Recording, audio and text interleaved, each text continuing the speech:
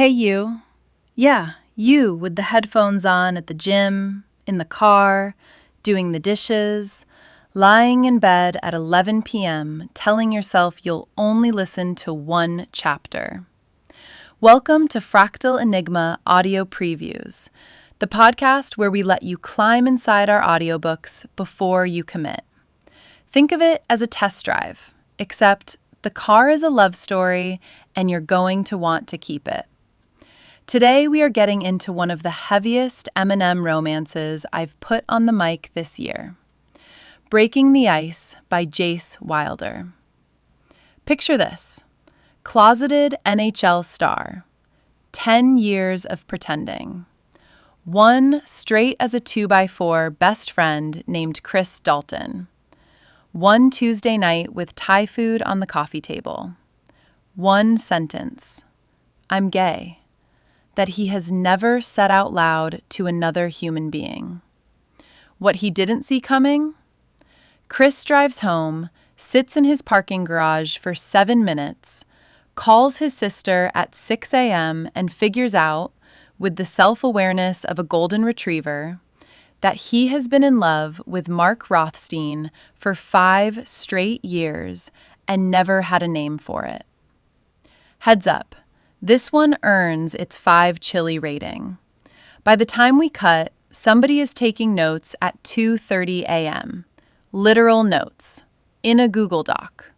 You've been warned. Let's go. Chapter 1. Performance. Marcus. Quick word? I knew the voice before I turned around.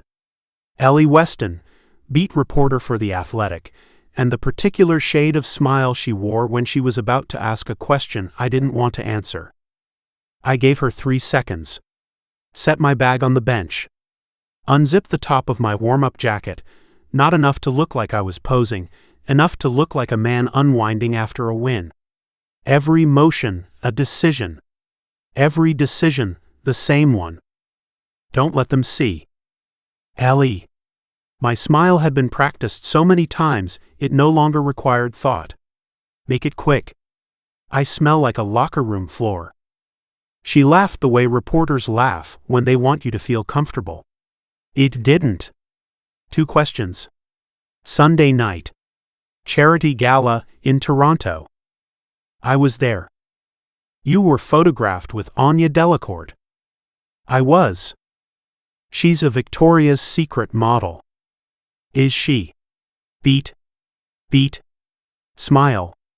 I don't pay attention to that kind of thing. Ellie's pen was already moving. Any comment on the nature of your relationship? I looked at her, the way I'd been trained to look at her. Open face. Relaxed shoulders. Eye contact just long enough to read, I'm telling you the truth, and just short enough that nothing hungry could leak through. Anya's a friend of the organization. We both did the auction. She was kind enough to let me escort her to her table. A shrug calibrated. That's the story. I know it's less interesting than the other one. So not dating. I'm dating hockey, Ellie. The line I'd been given 2 weeks ago by the publicist. I delivered it like it was mine. And she's a demanding girlfriend. Ellie laughed again, real this time or a better fake. She clicked her pen shut. Off the record? You're boring. I know, I said. It's a tragedy. She patted my arm and walked off towards Sasha, who was holding court in front of 3 cameras and the open mouth of his locker, shirtless and explaining his save in the 3rd period with the kind of enthusiasm that made him beloved by beat reporters, and beloved by everyone, really. Sasha was easy. Sasha was the kind of man who'd been himself so long, he didn't know any other way. I stood there with my hand on my bag and my face in the smile, and felt, for a half second, the familiar crack somewhere in the center of my chest. Then I closed it up. Reached for a towel. Walked toward the showers. The water hit hot enough to hurt.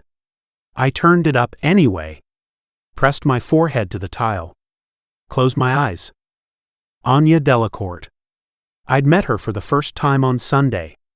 She was 24 years old, spoke 4 languages, and had a girlfriend in Milan she wasn't ready to go public about either. We'd sat next to each other at the charity auction, and she'd leaned over and said, "Let's make your publicist happy and stand close for the photographers," and I'd said sure, and she'd said, "Do yours tell you who to date too?" And I'd said every quarter, like a meeting, and she'd laughed, actually laughed, not the reporter laugh, and for 90 seconds I'd felt like a human being instead of a scheduled appearance. Then the photos ran. Then the story wrote itself.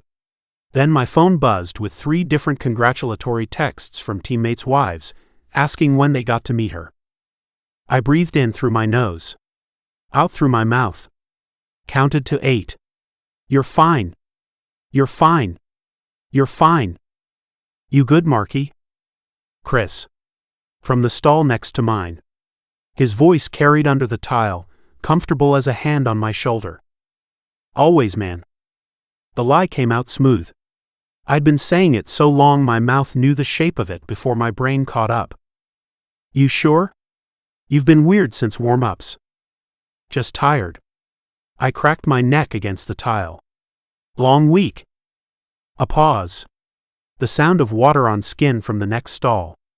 I could hear him turning under the spray, could picture it without meaning to, and that was the trouble, that was always the trouble, that I could picture it without meaning to. "We're going to Murphy's," Chris said. "You coming?" "Yeah." Yeah or yeah no?" Yeah. Liar.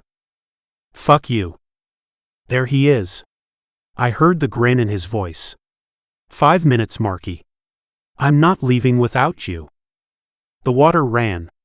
He started humming, something off-key, something from the radio this morning that he'd been humming in the car too, and I stood there with my forehead on the tile and thought, for about the 10,000th time in 5 years, I wish you were anyone else. I wish I was anyone else. I wish I could want what I'm supposed to want. Then I thought quieter, deeper in the part of me I'd spent a decade trying to drown. I wish you knew. I turned the water off. When I stepped out, Chris was at his stall. Towel low on his hips. Hair wet and pushed back off his forehead. Water still running down the line of his chest, catching in the dark hair there, tracing the ridge of his stomach down to the edge of terrycloth and lower. He had one foot up on the bench tying the lace of his sneaker, and the shift of his body turned the scar across his left eyebrow into a pale line against the flush of the shower. I didn't look. I did look. I'd gotten good over the years, at the kind of looking that didn't look like looking. A photographer's trick. A magician's trick. I catalogued him in the half seconds between blinks, and then I put my own towel around my waist and walked to my stall, and did not, absolutely did not, think about the tattoo I knew was on the inside of his right bicep, the stupid one from juniors that said no regrets in a font his 17-year-old self had picked out, the one I'd teased him about for 5 years while memorizing the exact curve of the letters. "You coming?" he said. He was rummaging in his bag now, looking for a shirt. "I ordered wings already. If you take 45 minutes again, I'm eating yours." 5 minutes. 5 minutes, Marky minutes or real minutes? Real minutes. Aha. He pulled the shirt over his head, and the hem caught on his shoulder and rode up, and I turned my whole body toward my locker so fast I nearly tripped on my own bag. "You good?" he said again, softer this time and closer. I hadn't heard him cross the 3 feet between us. His hand landed on the back of my neck, the way it always did, the way it had 100 times, the way that meant I'm here, relax, I got you in the language of our friendship, and his fingers were still cool from the shower. It lasted a second. Maybe 2. It lasted exactly as long as it ever did. Except tonight. Tonight it felt like the touch went through the back of my neck and down my spine and straight into the part of me I'd been drowning for 10 years, and for a second I couldn't breathe. "You're weird tonight," Chris said. Quiet. For me. Not the room. "I'm fine." My voice came out normal. I didn't know how. "Long week, like I said." His thumb moved once against my hairline. Deliberate. Not deliberate. I couldn't tell anymore. Then his hand was gone, and he was back at his stall, pulling on his jeans, and I stood facing the inside of my locker with my fingers braced against the metal, and tried to remember how to button a shirt. It's nothing, I told myself, the same way I'd been telling myself for 5 years. He's your best friend. He does that with everybody. It's nothing. It's always been nothing. My chest did the crack again. A hairline. I closed it up. Marky. Coming. Murphy's at 11 on a Wednesday was mostly ours. Back corner booth. Wings on the table, 6 plates deep. Sasha reenacting his third period save with a French fry. Chris across from me, laughing so hard he had to put his head down on his forearm on the table. A woman came over. Blonde, pretty, young enough that I felt briefly ancient. She said she was a huge fan. She said her friend had dared her to come over. She said, "Could I buy you a drink?" And I said, "Sure, thank you," because that was the answer you gave in public at a bar when a woman who'd been dared by her friend to come to your table asked to buy you a drink. And I smiled the smile, and I took the whiskey when it arrived, and I asked her about her job, nursing, and her dog, a rescue, some kind of pit mix. And I was charming in the calibrated way, and I was funny in the calibrated way, and when she finally drifted back to her friends, I felt her hand linger on my wrist, and I didn't pull away. Chris watched the whole thing from across the booth. He'd stopped laughing at some point. I didn't notice when. When I looked up, his elbow was on the table and his chin was on his fist, and he was just looking at me. That steady brown-eyed look he got sometimes when he was trying to figure out a read on a goalie. Mouth slightly open. Forehead a little furrowed. Quiet. "What?" I said. "Nothing." He blinked. Shook his head once like clearing it. Reached for his beer. "Nothing, man." Sasha banged the table. "Did you see her, Marky? That girl. She was a 9. A 9, Sash? Maybe a 9.2. You are a lucky bastard." He shook his head. "Me, nobody buys me drinks. I am too handsome. It intimidates them." "Yeah, Sash. That's definitely it." Chris laughed at that, a real one, brief, but when he set his beer down he was still watching me. Not hard. Not obvious. Just not looking away. I knew that look. I didn't know what it meant tonight. I picked up my whiskey. Finished it. Ordered another. Smiled at the waitress. Laughed at Sasha's next joke 3 seconds after it landed. Did the performance. Did it well. Did it the way I'd been doing it since I was 20 years old, and an assistant GM had said, in the hallway outside the scouting office where I happened to be standing, "A gay player in this room would be a locker room cancer, and anyone with eyes can see the Rothstein kid is a little soft around the edges." I was 20 years old. I was sitting on the floor, against the wall. I had not yet had sex with a man. I had kissed one once at a summer camp, and had thought about it every day for 6 years. I had gotten up off that floor, walked into the arena, and played the best game of my life so far. I had been playing that game ever since. Chris walked me to my car at 1:30. Parking lot half empty. His breath steamed in the cold. "You sure you're good?" he said. Not a question. "I'm good." I pulled my keys out of my pocket. Jingled them for effect. "Just a long one, like I said." "Okay." He nodded. But he didn't move. His hands were in the pockets of his jacket, and his eyes were on my face in a way I couldn't read. "Text me when you get home." "Chris. I live 6 blocks away. Text me when you get home." "Yeah.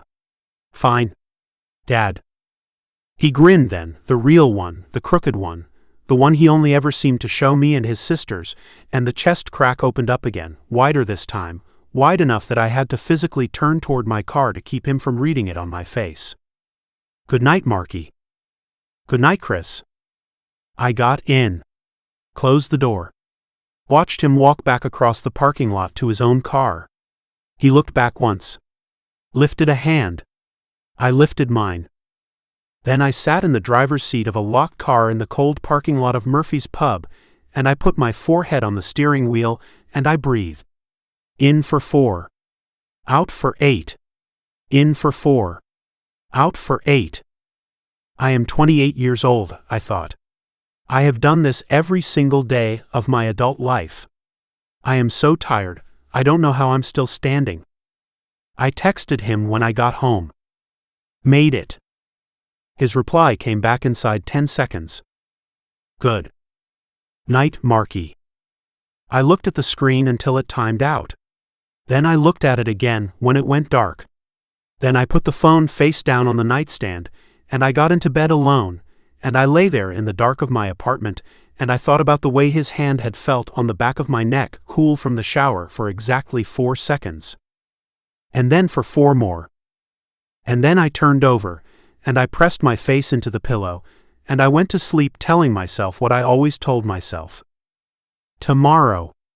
Tomorrow I'll figure it out. Tomorrow I'll start. I'd been saying that to myself for 10 years. Tomorrow was running out of room.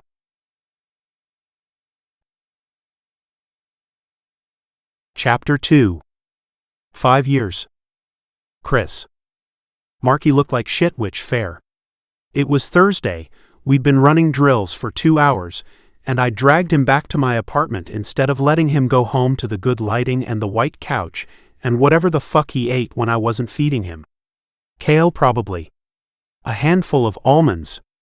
Mark ate like he was trying to apologize for something. You're not eating, I said. I'm eating. You're pushing a meatball around. That's not eating, man, that's crop rotation. He looked up at me from the other end of the couch. The corner of his mouth did the thing where it almost smiled, and then thought better of it. I'm eating, Chris. I went back to the tape. Lightning Zone entry, 3rd period, Monday's game. I'd been trying to get him to watch this with me for a week because the left side breakout they were running was exactly the shit we should be running, and Marky had kept blowing me off until today, when I'd finally just grabbed him by the back of the neck after practice and said, "You're coming over. I'm ordering food, don't argue," and he'd let me steer him out the door like he was tired of steering himself. He'd been weird for what, a month? 2 months? I didn't know how to ask him about it without making it a thing.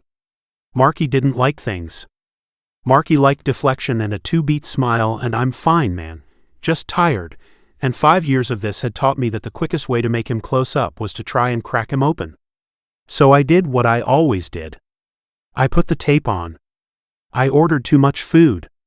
I sat on my own couch with my feet up and made dumb jokes until I felt his shoulder relax against the back cushion, and I counted that as the win. His sock feet were under the Afghan at the other end of the couch. One of his feet was touching my thigh. Had been for the last 20 minutes. He hadn't noticed. I hadn't moved. Brothers. That was the word I always landed on. Not in a fake way, in the real way, the picked family way. My actual brothers weren't brothers, they were sisters, 3 of them, all louder than me and all smarter than me, and Mark had filled the one empty slot in the lineup the day I met him. Vancouver preseason, 5 years ago. He'd come over with a coffee I hadn't asked for, and a black eye he wouldn't explain, and said, "Dalton, right? Heard you were a prick." And I'd said, "Heard you were a robot." And he'd laughed, not the practiced one, the surprised one, the one I hadn't known existed yet, and I'd thought, okay, maybe not a robot. 5 years. Edmonton. Nashville. The trip to Montreal in February, where the hotel lost our booking and we ended up on a king bed. The food poisoning in Edmonton. Jesus, the food poisoning in Edmonton. I'd eaten something at the team hotel, a shrimp thing, never again, and by 1 a.m. I was on the bathroom floor convinced I was going to die. I mean actually convinced. I'd texted my mother. I'd texted Jess. I'd been trying to text my agent to update my beneficiary when Mark knocked on the connecting door and said, "Chris, you alive?" And I'd groaned no, and he'd come in and sat down on the tile next to me without a word. He didn't say anything. He didn't try to make me feel better. He didn't call the hotel doctor or the trainer or suggest water or crackers or any of the other useless shit people suggest when you're in the middle of being comprehensively betrayed by your own stomach. He just sat there on the bathroom tile at 1 a.m. in sweatpants and no shirt, back against the wall, his hand flat between my shoulder blades. Not rubbing. Not patting. Just there. Every time I heaved, he steadied me. Every time I stopped, he didn't move. Around 3, I leaned back against the bathtub. My hair was wet with sweat, and my mouth tasted like hell, and I was so tired I was seeing double. Mark looked over at me. His eyes were bloodshot. He'd been sitting on cold tile for 2 hours. "You're not allowed to die," he said. "I don't feel like playing with anyone else." I remember laughing. I remember the laugh hurt. I remember him shifting his hand up to the back of my neck and leaving it there, thumb moving once along my hairline, and I remember thinking this is the kind of guy he is before I passed out against the bathtub with his hand on my skin. He'd slept on the bathroom floor next to me. I'd found out in the morning. When I'd finally dragged myself up at 7, he was asleep on his side on a folded towel with his phone set to an alarm in case I needed him. That was who Marky was. That was what I meant by brother. Anyone else, anyone, I would have sent out for Pepto and closed the door. Him, I would have sat on a bathroom floor for a week. Chris. I blinked. Mark was looking at me. "You're staring." "I'm thinking." "About?" "Edmonton. The shrimp." He huffed, which was as close as Mark got to a laugh when he was in a mood. "You almost died." "I did die. Briefly. You brought me back with the power of your disappointment." "I don't remember being disappointed." "You radiated disappointment. You were disappointed in the shrimp. You were disappointed in my choices. You were very disappointed in the bathroom tile." Now he did laugh. The short one out of his nose, the one you only got if you were me or his mother. He shook his head and looked back at the TV.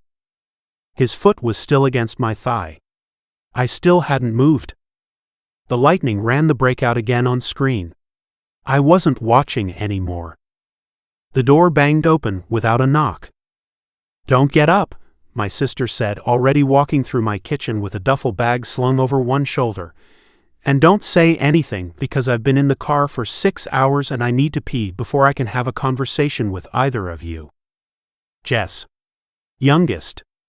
Pain in my ass. She had a job interview in the morning. Something she'd told me about twice and I'd paid attention to approximately none of, which I was about to pay for. She disappeared down the hall. The bathroom door slammed. Mark had sat up straighter. He always did when my family was around, not in a bad way, in a company's over way. Smoothed his shirt. Dragged a hand through his hair. "You knew she was coming," he said. Vaguely. "Chris." "I forgot, Marky, she'll live." "Should I go?" "No. No, stay. She's gonna crash on the couch and be up at 6, and pretend she's not hungover from the gas station wine she drank in the car. You can meet her properly. Eat your meatball." The toilet flushed. Water running. The door opened. Jess reappeared in a hoodie that I was 90% sure she'd stolen from me in high school, barefoot, hair in a knot on top of her head, and she stopped dead in the hallway when she saw Mark on the couch. Stopped. Looked. Looked at me. Looked back at Mark. Smiled the smile I hated. "Oh," she said. "What?" I said. "Nothing." She came around the coffee table, flopped into the armchair, curled her legs under her. "Marcus.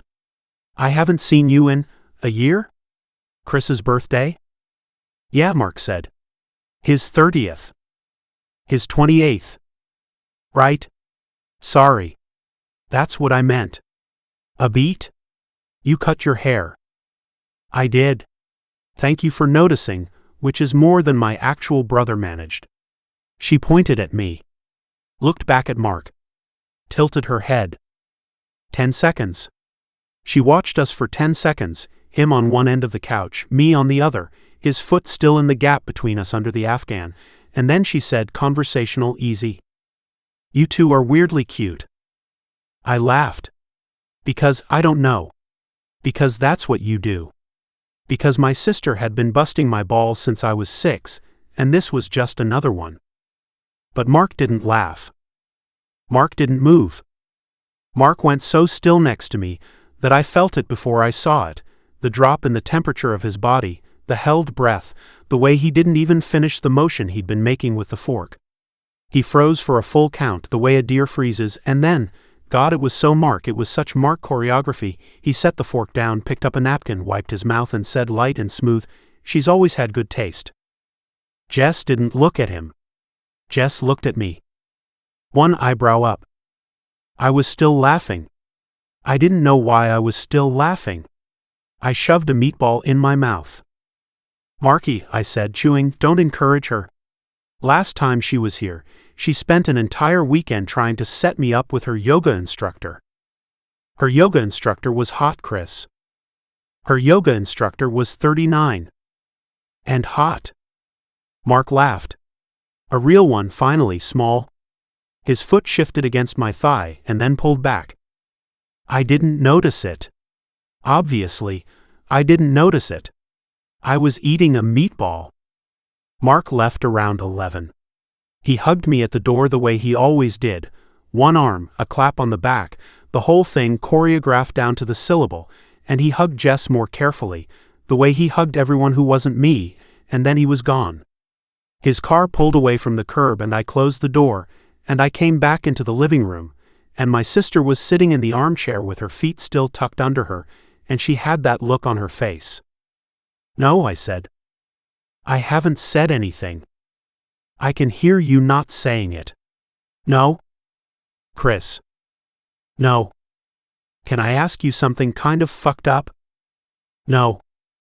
Are you sure you're straight? I laughed.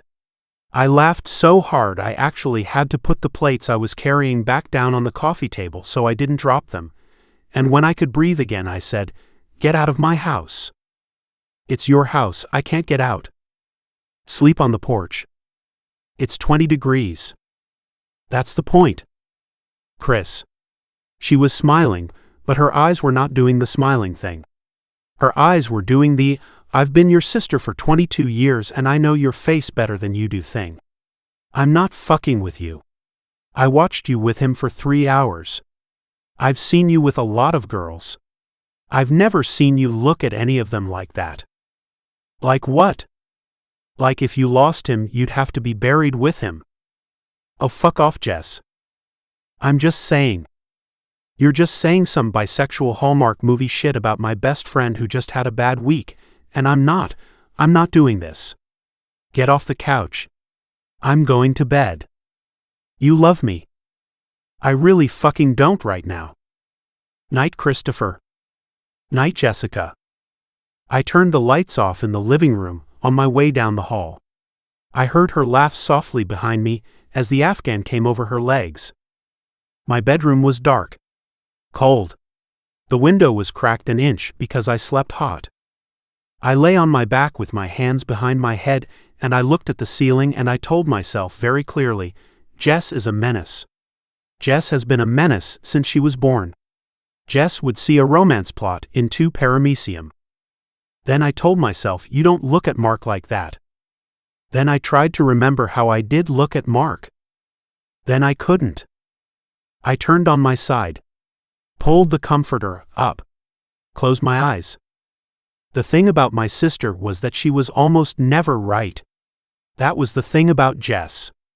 She said wild shit 20 times a day, and it was wrong like 19 of them. Law of averages, she was going to be wrong here too. She was wrong. She was wrong. Except I was thinking about his foot under the Afghan. The weight of it against my thigh. How long it had been there before I'd noticed it, and how I'd kept not moving even after. I was thinking about the bathroom floor in Edmonton. I was thinking about the hospital 3 years ago, the night Mark's grandfather died. How he'd called me at 11, and I'd been in bed, and I'd gotten in the car in sweatpants and driven across town in the rain. How he'd been in the hallway outside the ICU with his back against the wall and his hands in his hair, and when he'd seen me, his face had done something I'd never seen it do before, a kind of coming apart, and I'd caught him in the hallway of that hospital, and he'd cried into my shirt for an hour, and then we'd sat on a bench under the fluorescent lights for 6 more, and I'd held his hand the entire time. I was thinking about how I hadn't thought about that as a thing. Holding his hand for 6 hours in a hospital hallway. I'd never thought about that as a thing. I was thinking about how, when he'd finally fallen asleep against my shoulder around 5 in the morning, I had not moved a muscle for 2 hours because I didn't want to wake him up. I was thinking about the cool of his hand against my hairline on the bathroom tile in Edmonton. I was thinking. Stop. I flipped to my other side. Punched the pillow once. Closed my eyes harder. Jess was wrong. Jess was always wrong. That was how Mark and I were. That was 5 years. That was the lineup. That was my brother. That was the brother I'd picked. I lay there in the dark of my bedroom, with my hands flat on the comforter, and I stared at the wall, and I waited for the feeling in the center of my chest to go away. It didn't. It sat there. Like a stone. Chapter 3. The Break. Mark. I never saw the hit coming. That's the part that bothered me later. Not the hit itself, not the ice coming up fast to meet me, not the sick white lightning inside my skull. It was that I'd had my head down. 12 years in the league. First thing you learn at 16. Keep your head up in the corners. I'd taught it to teenagers at summer camps. I'd written it on a whiteboard once, in my handwriting with a marker. And still Tuesday night, second period, chasing a puck that shouldn't have been chased, I had my head down. I heard Chris before I felt anything. His voice cutting across the ice, sharp as a whistle, Marky, and then the world rotated 90 degrees and I was looking up at the rafters, and the rafters were full of white static, and the static sounded like a 100,000-watt hum, and the hum was the building, and the building was cheering, and I couldn't tell if they were cheering for me or at me, and then somebody was kneeling over me blocking the lights. Chris. Of course. His hand was on my jaw. Turning my face toward him. Marky. Marky, look at me. Eyes on me, buddy. Hey. I tried to say I'm fine. My mouth did something else. My mouth said, and then went to sleep for a second. Don't move. Don't talk. Squeeze my hand. I squeezed his hand. Again. I squeezed his hand again. Okay. Okay, good. You're okay. Just breathe. He was breathing with me. I could see it, his chest rising and falling exaggerated, show me the way you do for a kid. His eyes on mine. The scar through his left eyebrow up close. The smell of him, sweat and hockey tape and that stupid body wash he'd been using since juniors. The world was still rotating slowly at the edges, but the center of the world was Chris's face 3 inches from mine, and the center of the world, just for a second, felt like the only place I'd ever wanted to be. The trainer came. Other hands. Chris moved back. I watched him go. I tried to sit up. Somebody told me not to. The last thing I remember from the ice was Chris at the bench, one glove pressed flat against the plexiglass, watching them wheel me off with a look on his face I couldn't read. I woke up in my apartment with the curtains drawn, and I didn't know what day it was. Someone had put me to bed. Probably the trainer. Probably Chris, knowing Chris. There was a glass of water on the nightstand, and a sticky note next to it in handwriting I didn't recognize. No screens. No reading. No exertion. Dark room. 48 hours minimum. Call if confused. Dr. M. I looked at the note and the note went slightly sideways, and I looked away from the note. Mild concussion. They'd told me in the quiet room before they'd sent me home. 2 weeks out, maybe 1 if I was lucky. No lasting anything. No neurological anything. Just rest. Dark. Quiet. Quiet. I had not been quiet inside my own head for a very long time. I lay on my back in the dark of my bedroom, and I closed my eyes. The static at the edges of my vision faded. The ache at the base of my skull stayed. Somewhere far away, in another apartment, someone was running a vacuum. I could hear it through the wall. I thought, I'm 28 years old. I thought, I've been lying for 10 of them. I thought, I can't do this anymore. Then I opened my eyes and stared at the ceiling and waited for the thought to go away, the way it always did. A thought I had maybe once a month, usually in the shower, usually after I'd had to smile at somebody I didn't want to smile at. A thought I had perfected the art of not finishing. The thought did not go away. The thought sat there in the dark of the bedroom and waited for me to look at it. My phone was on the nightstand face down. It had been buzzing. I turned it over. 16 texts from Chris. The first one from the night before, when I'd apparently been in the hospital. Trainer says you're good. Call me when you wake up. Then, Marky. Then text me when you wake up. Then an hour later, okay, I am not gonna spam you, but when you wake up text me. Then 3 hours after that, I am spamming you. I lied. Then the next morning, this morning I guessed, how you feeling, man? Then, do you need food? Then, I made soup. I am bringing soup. Then 40 minutes later, I left soup outside your door. Doctor said no visitors till tomorrow. Eat it. It's from my mom actually, so eat it or she'll be very offended and you do not want to offend my mother. Then a photo, a foil-covered container, his mother's handwriting on a note in Sharpie, Marcus. Eat this. Love, Barb. Then, let me know you're alive. Then 4 hours later, Marky. Then please. Then, I am coming over if I don't hear from you in an hour. Then 48 minutes after that, okay, I am coming over. Then 14 minutes after that, NVM trainer said you're sleeping. I am not waking you up. I am just. I was worried. I read the last one 3 times.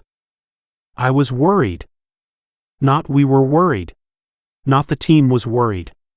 Just I. And the period at the end, which was unusual for Chris. Chris texted like a runaway train, no punctuation, no capitalization, no breaks. The period meant he'd stopped and thought about it. The period meant he'd meant it. I thought about Chris on the bench with his glove against the glass. I thought about Chris's face 3 inches from mine on the ice. I thought about Chris's hand on the back of my neck in the locker room Wednesday night, cool from the shower, and the way it had felt like a current going down my spine, and the way I'd stood facing my locker trying to button a shirt while something inside me cracked wider than I could close up fast enough. I thought about what Jess had said at Chris's apartment. I'd heard it, of course I'd heard it. You two are weirdly cute. 36 words later, Mark would be in bed replaying the sentence like it was evidence, and the way Chris had laughed, too easy, too fast, the way you laugh at a thing when you don't want it to be a thing. I closed my eyes. In the dark behind my eyes, I was 20 years old again. I was 20 years old, and I was sitting on the floor of a hallway outside the scouting office of an organization I was no longer part of, and the assistant GM was on the other side of the door saying something to the head of player development, and what he was saying was this: a gay player in this locker room would be a cancer, and anyone with eyes can see the Rothstein kid is a little soft around the edges. I'm just saying we should be thoughtful about the development track. I was 20 years old. I was the 4th-round pick who turned heads at training camp. I was the kid who'd been kissed once at 16 by a boy named Dylan at a summer hockey camp in Manitoba, and had spent every night for 6 years thinking about the 5 seconds of it, and the 8 years since telling no one. I had gotten up off the floor outside that door. I had walked into the arena. I had played the best game of my life that afternoon. That night, alone in my apartment, I had stood in front of the bathroom mirror, and I had looked at the face I would have to wear for however long it took, and I had practiced.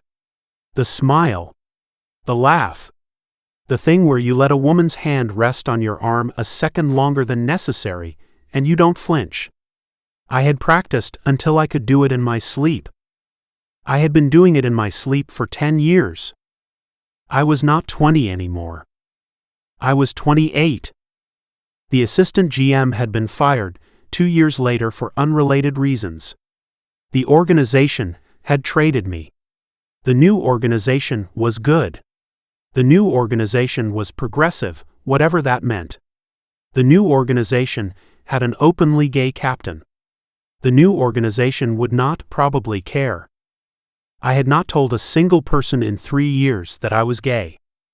I had kept wearing the mask because the mask had become the face. I opened my eyes in the dark. I can't do this anymore. I said it out loud. Quiet. To the ceiling. Just to hear what it sounded like in my own voice. It sounded like a man. The knock at the door came 40 minutes later. I got up too fast, had to brace against the wall.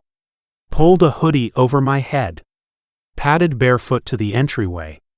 Opened the door ready to tell Chris to go home. I loved him, I needed to sleep. Coach Belanger was standing on my welcome mat. Kid. Coach? Trainer said you weren't taking visitors. I'm not. Good thing I'm not a visitor. He held up a paper bag. I'm a delivery. I let him in. He walked past me into the kitchen like he'd been there before, though he hadn't, and set the bag on the counter. Sandwich. Fruit. Bottle of water, room temp. Because you weren't supposed to drink cold things on a concussion or something, I was too fuzzy to remember. Belanger had been a pro for 15 years before he'd coached. Belanger remembered every detail about every injury he'd ever had, plus yours. He did not sit down. He did not take his jacket off. I'm not staying, he said. The trainer said 10 minutes tops. I just wanted to see your face. You've seen it. I've seen it. He put his hands in his pockets. Looked at me. How's the head? Ringing? Yeah. It'll do that. You get black coffee for a week, 1 cup and no more. Aspirin only. No ibuprofen. Yeah. Also, and this is the real reason I came over. He breathed out through his nose. Looked at the ceiling. Looked back at me. Kid? I don't know what's eating you. I went very still. I haven't asked, he said. Not my business. Won't be my business unless you make it my business. But I've been coaching you for 3 years, and I've watched a lot of guys come through this room, and I want to tell you something, and then I want you to take your aspirin and eat your sandwich and go back to bed. He waited. Okay, I said. Careful. Careful. You are the loneliest happy guy the first I've ever met in my life. The air left my lungs. You come to practice. You do your work. You are polite to everybody. You say the right thing in the press. You go home alone. I've watched you at team events. You light up that room, and then you sit in your car in the parking lot for 10 minutes before you drive home. I know because I've parked next to you. Twice. I didn't say anything. I don't know what it is, he said. I don't need to know. But whatever you're carrying, son, put it down. Or put it somewhere else. Life is stupid short. I am 58 years old, and I have buried 2 of my best friends in the last 5 years, and I am telling you because nobody told me when I was your age that whatever you think you're saving by keeping it zipped up, you're not saving it. You're spending it. You're just spending it slower. He looked at the floor. He looked at me. That's it. That's the whole speech. Eat your sandwich. Coach? Yeah. I opened my mouth. Nothing came out. I closed it. Opened it again. Thank you, I said. He nodded once.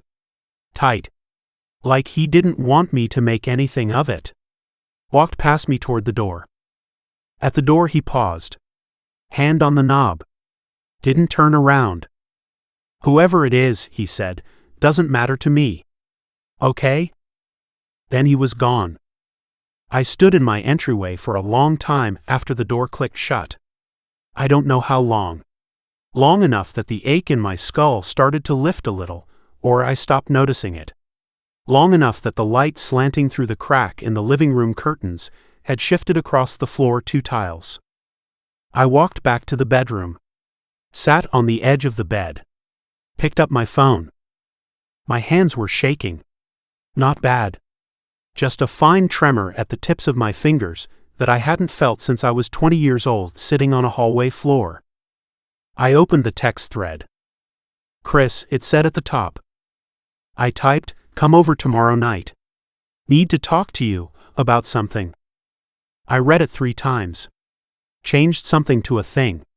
Changed it back. I hit send.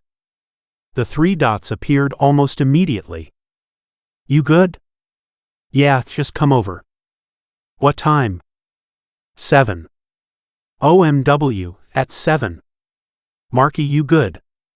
I stared at the screen. I breathed in for 4, out for 8, the way I'd taught myself to breathe when I was 21 years old and the panic attacks had started. I thought about Chris's face 3 inches from mine on the ice. I thought about his mother's soup in a foil container outside my door. I thought about his hand cool on the back of my neck. I'm good, I typed. Then, before I could stop myself. Just need to see you. I set the phone face down on the comforter. I did not sleep that night. I lay on my back in the dark with one arm across my eyes, and I thought about the boy on the hallway floor in the organization that had traded him. I thought about Dylan at 16, and the 5 seconds in a pine-smelling cabin that I had carried like a stone in my pocket for 12 years.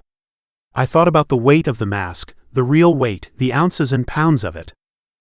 I thought about what Chris's face was going to do tomorrow night at 7 o'clock when I said the word gay out loud in a room he was in.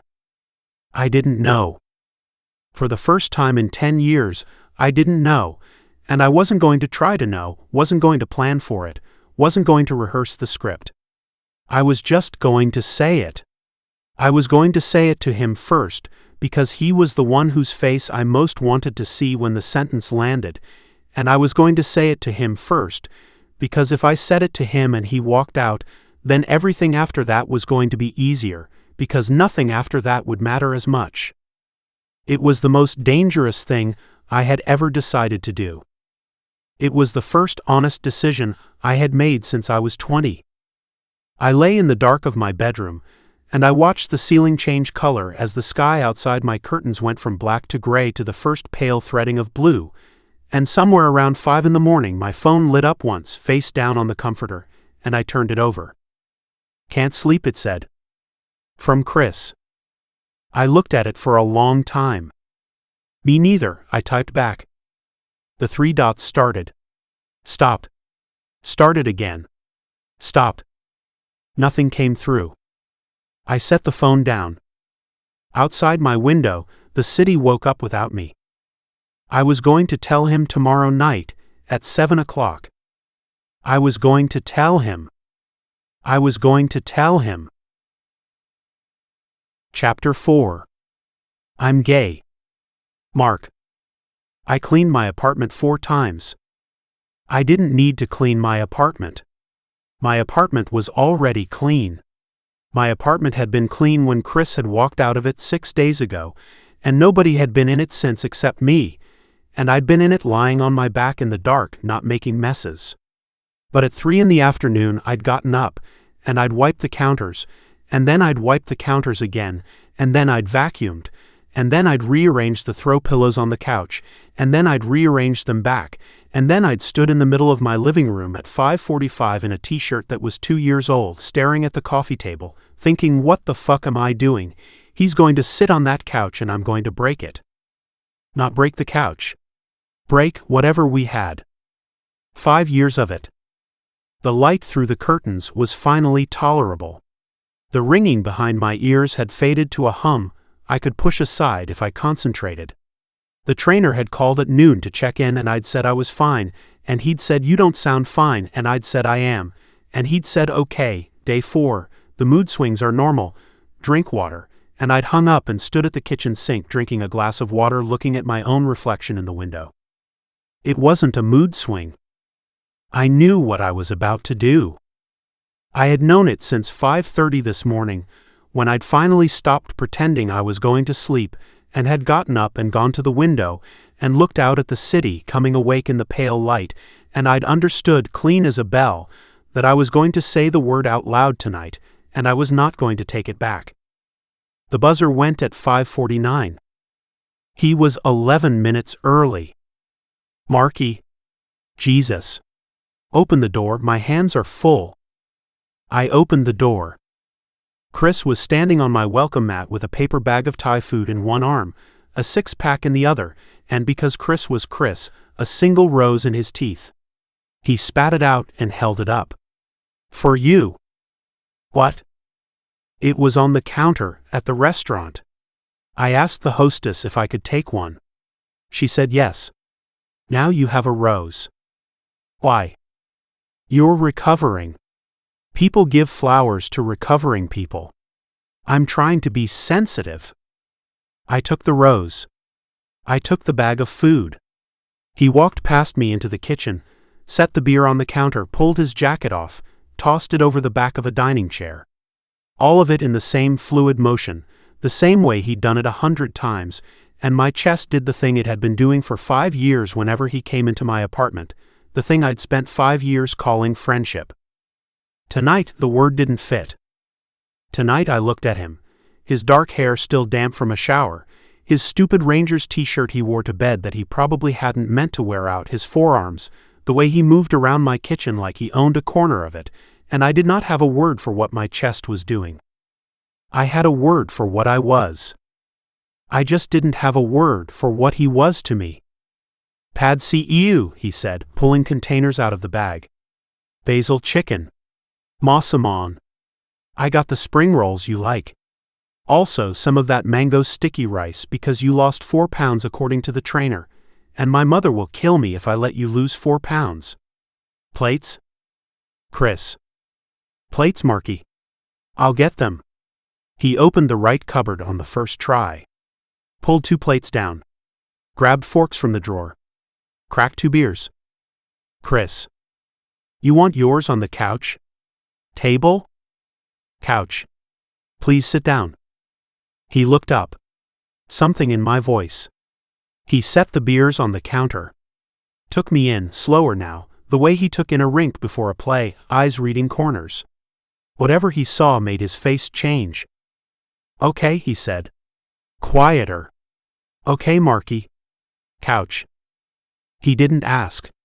He just came and sat down on the couch, the same end he always sat on, the end with the chipped bit on the armrest from the time he'd knocked a beer off it, and he looked at me where I was still standing in the middle of the living room, holding a fucking rose, and he put his hands on his knees and waited. I need you to promise me something. Okay. I need you to listen to me, and I need you to not say anything until I'm done, and I need you to not try to fix it. Just listen. Please. I promise. If I stop, don't fill it. Just wait. I'll get started again. Okay, Marky. And if you need to leave after, that's okay. I won't, I just want you to know that's okay. I don't want you to feel stuck here. He didn't nod. He didn't say anything. He looked at me for a long second, and then he looked at the coffee table, and he said, I'm not leaving. Chris. I'm not. I haven't heard it yet, and I'm already telling you. I'm not leaving. I put the rose down on the bookshelf. I sat down on the other end of the couch. I looked at my hands. I started. When I was 20, I said, I sat on the floor of a hallway outside the scouting office of the team that drafted me, and I overheard the assistant GM tell the head of player development that he thought I was a little soft around the edges. And that a gay player in that locker room would be a cancer. He said it about me. He didn't know I was in the hallway. He didn't know I was gay. He was guessing. He was guessing, and he was right. I heard Chris breathe in. I did not look up. I had kissed one boy in my life. One time, at a hockey camp in Manitoba when I was 16. His name was Dylan. I thought about it every night for 4 years. I had not told a single person. I was going to tell my best friend from juniors, maybe the next week. That was the plan that summer. I had decided that summer I was going to tell him. And then I heard the assistant GM through a door, and I didn't tell anybody. I didn't tell anybody for 8 more years. My voice was very quiet. I could hear my own pulse in my throat. I stayed in that organization for 5 years. I got good at it. I got so good at it, Chris. I could do the whole thing. The girlfriend the publicist picked. The date she set up for me at the gala, every quarter. The women I'd flirt with at bars, so my teammates would see me flirting. I had a whole version of myself. I wore him like a coat. I got so used to wearing him, I forgot I was wearing him. Sometimes I'd catch myself laughing at something a woman said, and I'd panic for a second because I couldn't remember what I actually felt. I just remembered what I was supposed to show, and the gap between those two things had gotten so wide I was scared of falling into it. I stopped. My hands had started shaking. I laced them together. Chris didn't move. Didn't breathe. I could feel him there at the other end of the couch. 5 years of him. Every hotel room and every road trip, and every stupid argument in a parking lot, and the bathroom floor in Edmonton, and the waiting room at the hospital, all of it leaning forward in the shape of one person very carefully not interrupting me. There were men, I said. Not many. 4 times, in hotel rooms in cities where I didn't play, with guys whose faces I couldn't pick out of a lineup. I made them anonymous on purpose. I flew to different cities. I used a fake name which is probably against the terms of the app, I don't know. And every single time I would go home after, and I would shower for 45 minutes, and I would sit on the bathroom floor in the dark, and I would feel more alone than when I started, because at least before I did it I had the thing to look forward to, and after I did it I had the thing I'd done, and the thing I'd done hadn't been the thing. Do you know what I mean? I looked up. He was crying. He wasn't making a sound. He hadn't moved. But there were tears on his face, not a lot, not the way mine were about to be, just a line down one cheek and his eyes very full, and he was looking at me with the steadiest, most wrecked expression I had ever seen on a human face. Chris, don't. Keep going. I promised. Keep going. I kept going. 3 years ago, they traded me. You know the rest of you know what that looked like from the outside. New team. New city. New start. You were the first person I met in the locker room. You brought me a coffee that first day. I'd had a black eye from a roller skating thing with my cousins. I told you it was a bar fight. That was a lie. I was trying to seem cooler, and you called me a robot, and I called you a prick, and I thought, okay, this one's going to be fine. You were my best friend inside a month. You were my best friend inside a week, Chris. I just didn't know I was allowed to think that yet. His face did something. And I was going to tell you. About a year ago. Last August. You were at my place, and we were on this couch, and you were telling me about some girl you were seeing, and I was listening to you, and I was happy for you, and I was also sitting there thinking, I have to tell him. I have to tell him, or he is going to be my best friend forever, and he is never going to know me, and one of us is going to die, and the other one is going to have to find out from a fucking obituary. I was going to tell you. I had it in my throat.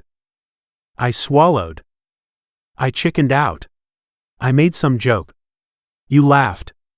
We ordered pizza. I sat on this couch for 4 more hours pretending to watch a movie while I hated myself. Marky. Coach Belanger came by yesterday. I know. He told me. He said I was the loneliest happy guy he'd ever met. That tracks. I laughed, one broken sound out of my nose, and then I put my face in my hands because I didn't have anywhere else to put it. I'm gay, Chris. The room went so quiet, I could hear the radiator click. I've been gay my whole life. I've been lying about it to everybody who knows me, except 4 anonymous men in 4 hotel rooms for 12 years. I'm sorry I didn't tell you sooner. I'm so sorry I didn't tell you. I was so scared of what your face would do, and I was so scared of losing you, and I'm gay. That's what I wanted you to know. I kept my face in my hands. I could not look up. I heard him breathe out. Then I heard the couch shift. Then I felt him, his weight, the whole long line of him, settle against me, his arm going around my shoulders, his other hand coming up to the back of my neck, and he pulled me into his chest like I was made of something breakable, and he said into the top of my hair, "You don't owe me an apology for that. Chris. You don't. Shut up. You don't. I lied to you for 5 years. You protected yourself. That's different. Those aren't the same thing. Marky, those aren't the same thing. I broke. I did not know I was going to break. I had not actually broken, in 5 years, maybe 7, maybe 10, maybe not since I was a kid. I didn't cry. That wasn't a thing I did. But something gave out in the center of my chest, and I made a sound against his shirt that I did not recognize as coming from a person I knew, and then I was sobbing, full sobbing, hand fisted in the front of his t-shirt, face pressed into his collarbone, shoulders shaking, and he was holding me so tight I couldn't have pulled away if I'd wanted to, which I absolutely did not. I've got you, he said. Quiet, into my hair. His hand moving along the back of my neck, slow, steady, like he was gentling a horse. I've got you, Marky. I've got you, buddy. I've got you. I cried into him for, I don't know, a long time. Long enough that his t-shirt was wet through under my face. Long enough that my eyes burned. Long enough that the ringing concussion hum at the base of my skull came back, and I didn't care. His heart was beating against my cheek. I could feel it. Fast, too fast, like he'd just come off a shift. I could feel his breath moving the top of my hair. His hand in my hair. His other arm across my back, locked tight, a brace. I love you, man, he said after a while. His voice was wrecked. Wet. You hear me? I love you. That's not going anywhere. You could have told me 10 years ago. You could have told me tonight. You could tell me tomorrow. Same answer. Every time. I love you. I nodded into his shirt, because I couldn't speak. You're okay, he said. You're okay. You're okay, Marky. You're okay. He said it like a prayer. Over and over. Like he was the one who needed to hear it. Like he was the one who was scared. Eventually, my breathing evened out. Eventually, I stopped shaking. Eventually, I became aware that I was a grown man soaking a man's t-shirt through with snot and tears, and I pulled back, not all the way, not out of his arms, just enough to get my face off his chest, and I wiped at my eyes with the heel of my hand, and I tried very inadequately to laugh. Your shirt. I'll live. I got? Marky, I'm a hockey player. I've had worse things on this shirt. I laughed, a real one, raw and short, and I looked at him for the first time since I'd said it. His face was wet. His eyes were red. He was looking at me like I was somebody he'd just met. Like there was new information in my face. Not bad information. Just new. His eyes moved over me the way eyes do when they're seeing a thing they hadn't quite noticed before, when a room has been rearranged slightly and the brain is remapping. His hand was still on the back of my neck. It had been there the whole time. I had forgotten about it. Or, I hadn't forgotten. I had known in some part of me that it was there. I had cried into his shirt with a very specific awareness that his hand was at my hairline, and that the weight of it was the only thing keeping me on the earth. He should have moved it now. The moment had ended. The crying had stopped. The hug was technically over. I'd pulled back. There was no reason for his hand to still be there. It was still there. His thumb moved once. Slow. Along the hairline. The same way it had moved in the locker room Wednesday night. The same way it had moved on a bathroom floor in Edmonton 3 years ago, with his stomach in revolt. He didn't seem to know he was doing it. I didn't breathe. He looked at his hand, his eyes moved a flick to where his thumb was at my neck, and his face did something so fast I almost missed it. Confusion. Then, something like the thing that happens when you realize you've left the stove on. Then he blinked, and he took his hand back and he cleared his throat and he said, "You want that Thai food warmed up or?" "Yeah," I said. My voice came out small. "Yeah. Warmed up." He got up. Went to the kitchen. His back to me, both hands on the counter for a second, head down before he opened the microwave. I sat on the couch with the print of his palm still warm on the back of my neck, and I watched him from behind, the shape of his shoulders, the way his hair was ruffled up from where my fingers had been in it, the way one of his ears was bright red, and I thought, oh. I thought, oh no. I thought, oh Chris. He turned around with a plate in each hand and a smile already pinned on, and he walked back to the couch, and he sat down closer to me than he had before, and he handed me a plate, and he said, bright as anything, "So, what do we do now?" I looked at him. I didn't know. He didn't either. The radiator clicked. The fork on my plate trembled very faintly in my hand. Outside the window, the city ran its Thursday night. Inside on the couch, 2 grown men ate Thai food with their knees 3 inches apart, and did not mention the thumb at the hairline, and did not mention the way Chris's ears had gone red, and did not mention the shape of what had just changed in the room. Not yet. Not tonight. Tomorrow was another day entirely. Chapter 5. Aftermath. Chris. I drove home on autopilot. The city was dead. 2 in the morning on a Thursday, the streets wet from something that had stopped raining hours ago, the traffic lights doing their whole routine for no one. Red. Green. Yellow. Red.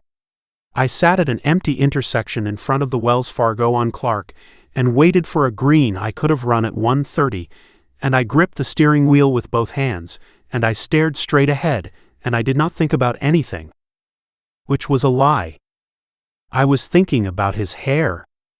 I was thinking specifically about the way Mark's hair had smelled when his face had been pressed into my shoulder, the shampoo I'd teased him about for 3 years because it was $47 and smelled like cedar and money, and how I'd never actually noticed that it smelled good, or, I'd noticed, obviously, I had a functioning nose, but I hadn't noticed, not the way I'd noticed it tonight, with my face in the top of his head and his arms locked around my ribs and the weight of him so much greater than I would. They guessed because Mark was a lean guy, and I'd always thought of him as lean, and he had been heavy against me, solid, dense, like a stone that wanted to stay where it had fallen.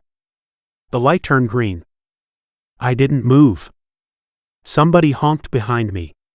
I jumped so hard I hit my knee on the underside of the steering column, swore at a volume the empty car did not deserve, and drove. Stop thinking about his hair, Chris. Green light next block. I caught it this time. Stop thinking about how he smelled. Stop sign. Full stop. Look both ways. Through. Stop thinking about the way his fingers were knotted in the front of your shirt. My apartment building. Stop thinking about the sound he made. I pulled into my parking space. Killed the engine. Sat. The sound. God, the sound. I'd never heard Mark cry before. Not in 5 years. He'd been close, the night of his grandfather's funeral, the hospital, but he hadn't cried, not like he'd cried tonight, not the way he'd fallen apart in my hands on that couch like a dam that had held for 10 years and finally stopped holding. He had made a sound into my collarbone that I had felt inside my own ribcage, and I had held him harder. I had held him harder instinctively. Both arms tight, one hand flat between his shoulder blades, one hand in his hair, my chin on the top of his head, and I had thought, with the clarity of a man who was about to do something he could not undo. I would sit on a bathroom floor for you for 100 years. I had thought that. On Mark's couch. Tonight. As he had sobbed into my t-shirt. The bathroom floor thought. Edmonton. 3 years ago. The one I had been carrying around in my head since I was 24 years old, and hadn't until tonight understood I was carrying. I sat in my parked car at 2:11 in the morning in the basement of my apartment building, with the engine off and the overhead light off and my hands on the steering wheel, and I did not move for 7 minutes. The thing Jess had said, like you'd have to be buried with him, was in my head like the chorus of a song I could not turn off. I had laughed at her. I had laughed at her 48 hours ago. It was not funny anymore. I went upstairs. I did not turn any lights on. I kicked my shoes off at the door, and I stood in the middle of my dark living room in a t-shirt that had my best friend's tears and snot all the way through the front of it, and I lifted the fabric to my face without meaning to, and I smelled his shampoo on it, that stupid Cedar $47 shampoo, and I stood there inhaling the neck of a wet t-shirt in my own apartment in the dark like a pervert, and I thought, what the fuck is wrong with you, man? I took the shirt off.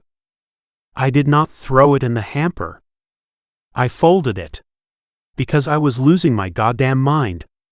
I folded it carefully, the way my mother had taught me to fold t-shirts in 5th grade, and I set it on the top of my dresser, and I stood there in my bedroom with my hands on my hips and I looked at the folded shirt, and I thought, you are a 27-year-old man with a concussion protocol to enforce and a practice at 9, and you just folded a shirt because it smells like your best friend who just came out to you, and you are going to be fine, everything is fine, you are fine.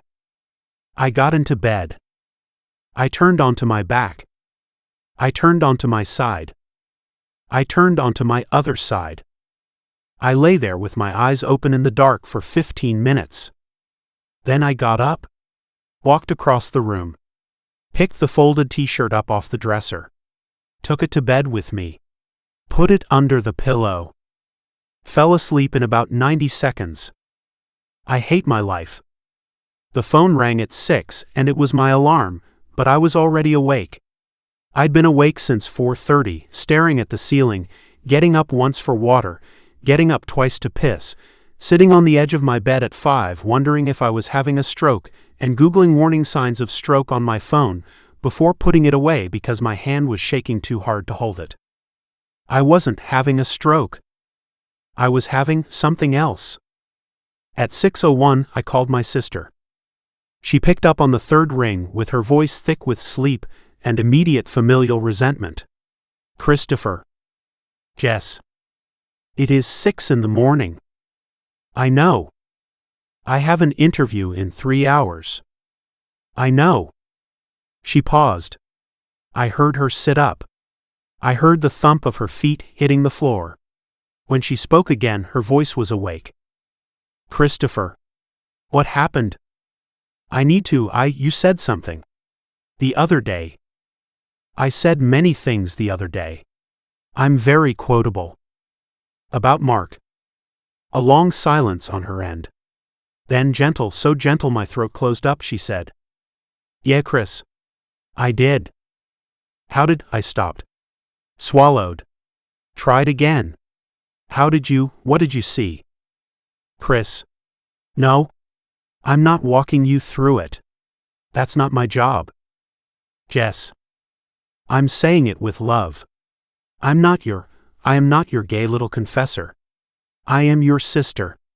I love you. Tell me what happened. I put my forehead in my free hand. I was sitting on the edge of my bed in boxers, and nothing else, and I was cold, and I couldn't be bothered to put anything on. He came out to me last night. Oh? Yeah. Chris.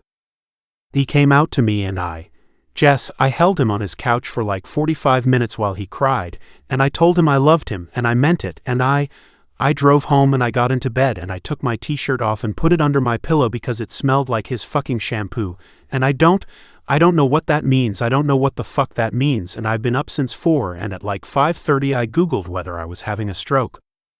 Chris. Because my heart rate wouldn't come down and my hand was shaking, and I thought maybe I was having some kind of event, and then I thought, what if I'm not having an event, what if I'm just? I stopped. Jess. Yeah, buddy. I don't know what to do with this. She breathed out. Slow. The way our mother breathed out before she said the thing that was going to hurt, but needed hearing. Okay, she said. Okay. I love you. I love you, I love you, I love you. Breathe. Can you breathe? Do a breath with me. I did a breath with her. My actual baby sister, at 6 in the morning, doing a breath exercise with me down the phone like I was 8, and she was 33 instead of the other way around. Good, she said. Another one. Okay. Listen to me. Are you listening? Yes. You are not having a stroke. Thank you. You are having a very boring thing that millions of people have had, and most of them figured it out a lot sooner than you did, because you, my brother, have the self-awareness of a golden retriever. That's a rude thing to say to a person in crisis. It is an accurate thing to say to a person in crisis. Okay? Chris. Yeah. Can I say a thing? Probably not, but yes. You can be more than one thing. I didn't answer. You can be more than one thing, Chris. You don't have to figure it all out this morning. You don't have to figure it out by practice. You don't have to know what the word is, or whether you're one thing or another thing, or whether this is about him or about, whatever. That's all stuff you can figure out later, with time, with a lot of time. But right now, all I'm asking you to do is stop pretending you haven't noticed the way you look at him. How do I look at him? There was a pause. Then my baby sister, in her apartment across town, 22 years old and 1000% more of a grown-up than I was going to be at 50, said, like he hung the moon. I made a sound I didn't mean to make. It was not a sob. I was not going to cry over the phone with my sister at 6:04 in the morning. I was absolutely not. I was a professional athlete and I did not cry, and I had not cried in 10 years and oh God, that wasn't true anymore, was it? I'd just watched Mark cry and I'd cried into his hair about it. I had already cried this week. I had broken my streak without noticing, and I made the sound and I put my hand over my mouth, and I did not say anything for a while. Christopher. Yeah. I'm not telling you that to freak you out. I know. I'm telling you that because you are a person who has always known exactly who he is, and right now you are scared, and you think that if the shape of you is wrong, it means the you is wrong. And I'm telling you, little brother, big brother, ridiculous brother. Sorry, I'm tired. I'm telling you that the you is fine. The you has always been fine. The shape is just bigger than you thought. You're going to be okay. It's going to be okay. You get to take as long as you need to figure this out. But maybe don't waste another 5 years pretending. I couldn't talk. Okay? Okay? Go to practice. Drink water. Eat something. Don't text him about this yet. Don't promise me. You're not going to drive over to his place and dump this on him before coffee. He just came out to you last night. Give him a minute. Give yourself a minute. Okay? I love you. I love you. Chris. Yeah. Also, I'm so right I can't even stand it. I know. I'm going to be insufferable about this. I know. Okay. Bye. Go to practice. She hung up. I sat on the edge of my bed in my boxers with the phone in my hand, and I breathed in for 4 and out for 8, the way Mark did, which was a thing Mark had taught me to do on a plane when I'd had a panic thing during takeoff, and I did not think about the fact that I had just used my best friend's panic technique to cope with the fact that I was in love with my best friend, and I stood up, and I took a shower, and I got dressed for practice, and I drove to the rink. He was on the ice when I got there. He wasn't supposed to be, he was still on protocol, he was not cleared for contact, he should have been in the weight room at most, but there he was, in his jersey and his skates, doing light laps around the perimeter while coach watched from the boards with his arms crossed and a face that said, "We are humoring this so he doesn't lose his mind." I stood in the tunnel. I held the doorframe. I watched him skate. He had not seen me yet. He was doing a slow circuit along the far boards. No effort, no speed, just the rhythm of it, the motion he'd learned before he could write his own name. His stride was clean, even at quarter power. His hair was getting too long in the front, it had flopped down over his forehead at the last turn. He lifted a gloved hand and pushed it back without breaking stride. The motion, his glove against his own hair, did something inside my chest I did not have a name for. I leaned my shoulder against the doorframe of the tunnel. I watched him take another lap. I thought about how I had stood in that same tunnel every morning for 3 years and watched him do that same thing, and how every single time I had thought, in some part of me I hadn't been paying attention to, there he is. There he is. There's my guy. Jess was right. Jess was horribly, completely, incontrovertibly right. I had been standing in this tunnel looking at him like that for 3 years. I had been looking at him like that for 5. He rounded the far end of the rink and started up the near side, and his eyes lifted, scanning the benches, and they found me in the tunnel, and he smiled, the real one, the crooked one, the one I had spent years flattering myself about, because I knew I was one of the only people who got it, and the smile hit me in the sternum like a puck coming off a stick at 80 miles an hour. My body knew. My body had always known. It was just my head that was taking the long way around. I lifted my glove and waved at him. He waved back. He skated past the near boards toward me, slowing, then stopping with a spray of ice right in front of the tunnel, leaning on his stick, and he said light and easy, like nothing had happened, like he hadn't wept against my collarbone 9 hours ago. "You look like shit, Dalton." I opened my mouth to fire something back. I could not speak. I stood there with my hands still up in the air from the wave and my mouth half open, and he cocked his head at me, curious, a little concerned, and his smile faltered very slightly, and I did the only thing I could do, which was clear my throat and shrug and say, "Rough night." "Yeah. Yeah." He looked at me a second longer. He knew me too well. He saw something. I watched him see it. I watched him decide not to press. "You good?" he said. Softer. "I'm good, Marky." "Okay." He tapped my shin pad with his stick. Our thing had been our thing since year 1, a little hay in stick language, and he turned around and skated off to finish his laps. I stood in the tunnel, and I watched him go. My heart was fucking hammering.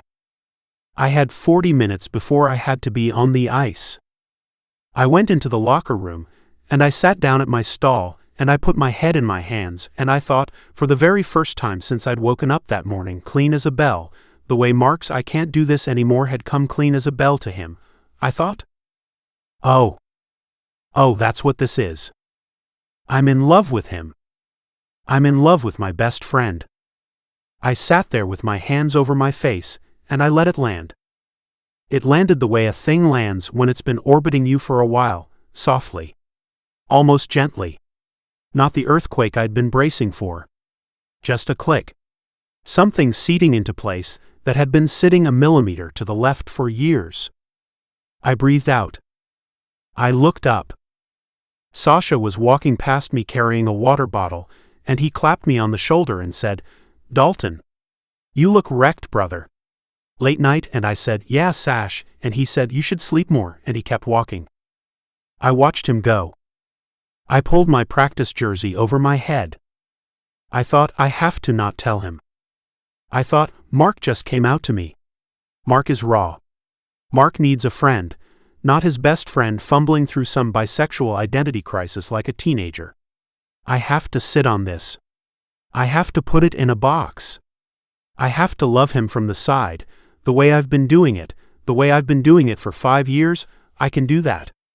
I've been doing that. I didn't even know I was doing that. I thought, I can do this for him.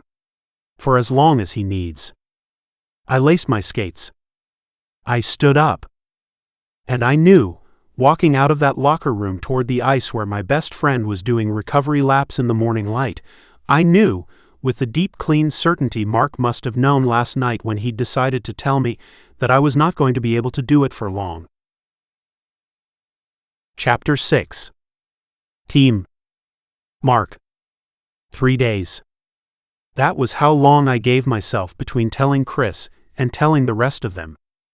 3 days of light practice, concussion protocol easing off, the ringing in the back of my skull fading to a whisper I could ignore if I drank enough water. 3 days of Chris texting me like normal, his usual lowercase, no punctuation fire hose, and me answering like normal and pretending that the ground under both of us had not, 4 nights ago, rearranged itself. It had not gone back to normal. Obviously, it had not. On the morning after the morning skate where he had stood in the tunnel and looked at me with a face I had never seen him wear before, he had texted me at 7:14 a.m. and it had just said, "Hey," and then, 20 seconds later, "You need anything?" And I had lain in bed looking at the screen, and I had understood that he was reeling, and I had also understood that he was trying very carefully not to put any of that on me. Which was a Chris move. Which was, also, exactly the thing that had made me fall in love with him in the first place, if I was being honest with myself, which I was now going to have to start being apparently. I had typed back, "I'm good. Thanks, buddy," and I had stared at Buddy for a full minute after sending it because Buddy was what he called me, not what I called him. And then I had turned the phone over and put it on the nightstand face down and gotten out of bed and not texted him for the rest of the day. 3 days of that. 3 days of low-key practice and texting, and not looking at each other in the locker room, while we did the thing where we very pointedly looked like we were doing nothing different. On Monday morning at 6:45, 20 minutes before the team meeting, I knocked on Coach Belanger's office door. Hayes was already in there. "Kid." "Coach?" "Sit down." I sat. Hayes was in the second chair, coffee in one hand, legs stretched out, wearing the sweatshirt with the hole in the elbow that his husband had been trying to throw away for 2 years. He was 34. He was our captain. He had been the only openly gay guy in this league for 6 seasons and some change, and he had a look on his face like he had known exactly what I was doing there the second I had knocked. "You coming out to the team today?" Hayes said. Statement, not question. "Yeah." "Good." Belanger looked at me across the desk. The desk was covered in line charts and an apple he'd been meaning to eat, and a mug that said "World's Okayest Coach" that his daughter had given him. "How you want to do this?" Belanger said. I thought I'd just say it. Before practice. Clean. Okay. I wrote something. In my notes app. I can read it or I can just... Belanger held up a hand. "Kid? Listen. You don't owe anybody the speech. You don't owe them the history. You don't owe them the because. If you want to give them a speech, give them a speech. If you want to stand up and say, 'Hey, by the way, I'm gay, now can we go do drills?' that's the end of it. You do what feels right. They deal with their own shit. Okay. Don't look at them after." "What?" "After you say it. Don't look at them. Look at me. Or Hayes. I don't care. Just don't look at the room. The first 3 seconds are weird for everybody, and you don't need to watch everybody's first 3 seconds. Trust me on this." I looked at Hayes. Hayes nodded, sipped his coffee. "He's right." I looked. When I did mine, I looked. It was, "You don't want to see it." Nothing bad. Just, they haven't had time to decide their face yet. Okay. Marky. "Yeah, Hayes. I'm really proud of you, man." I had to put my head down for a second. I had not been expecting that.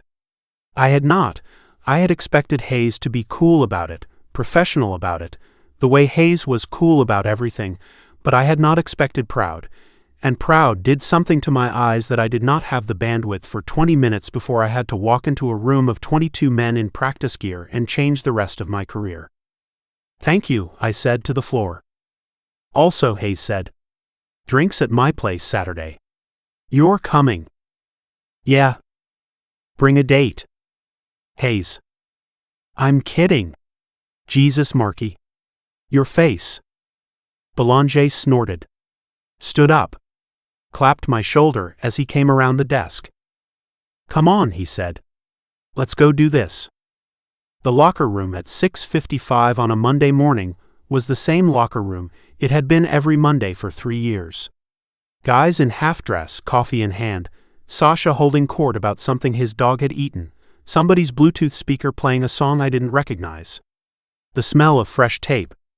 The scrape of skates being pulled out of bags. I stood in the doorway for a second longer than I should have. Chris was at his stall across the room. He saw me come in. He did not say anything. He did not wave.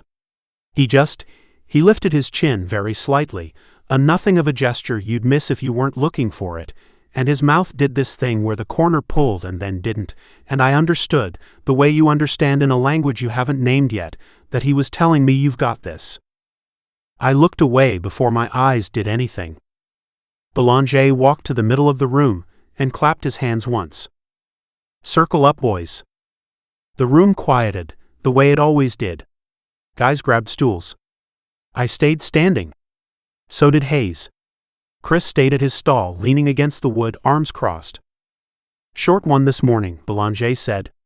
"Rothstein's got something he wants to say." "Marky." He looked at me. I looked at Belanger, not the room like he'd told me, and I took one breath in for 4 and out for 8, and I said the thing. "I'm gay." A pause. "I've been hiding it for a while. I'm not anymore. I'm still your right wing, I still want to win a cup, I'm the same guy they first was on Friday. I wanted you to hear it from me, before you heard it from somebody else. That's it. That's all I got." I looked at Belanger. The room went completely still for about 2 seconds. Then Sasha, bless him, bless every last dumb part of him, stood up off his stool and said with his full Russian chest, "Finally, brother." And the room broke. It wasn't noise exactly, it was just movement. Guys laughing, Sasha crossing the room with his arms already open, a chorus of "good for you, man" from the defenseman, the sound of a stick clattering because somebody had been propping against it and forgot, Hayes next to me putting one hand between my shoulder blades, Belanger nodding at the floor like he was trying to pretend he wasn't about to get misty. Sasha hit me like a truck. Both arms, full squeeze, lifted me half an inch off the ground. "You think we don't know, Rothstein? You think the Russian does not see? I see everything." He set me down. Held my shoulders. "I am very happy for you. I am very sad for you that you thought you had to hide. You are my friend. I love you. I will fight anybody who looks at you wrong." "Sasha." "Anybody." "I know. I mean it. Anybody. I will bite them. I am a goaltender, I am strange, it is known." "Sasha." "Thank you." He kissed me on the forehead because he was Sasha, and he turned to the rest of the room and announced, to no one in particular, "I knew. I said it 3 times to my wife. She owes me a dinner." Guys came up. One at a time. Hugs, shoulder claps, a fist bump from Turcotte, who was kind of emotionally constipated at the best of times and whose face was doing real work. One genuinely moving thing from Jamie Klein, the rookie, who just said "thank you for telling us, I have a brother," and walked away before I could answer. 3 or 4 guys were crying. I don't think any of them would have admitted it. Chris did not come up. Chris was still at his stall. I found him in the room, eventually. I let my eyes go across, and he was standing with his arms still crossed, watching me, and his face was doing the thing it had been doing in the tunnel 3 days ago, the thing I had caught him at, and I realized with a little punch in the chest that he was holding himself where he was on purpose, because he could not do what everybody else was doing, because if he crossed the room and put his arms around me in front of the whole team the way he wanted to, the whole team was going to read it off his face in 8 seconds. So he held the wall. So he held the wall and his face and the distance, and he gave me a tiny nod across the room that said later, and I gave him a tiny nod back that said okay. Maddox, at his stall 2 down from Chris's, was looking at me. He hadn't moved.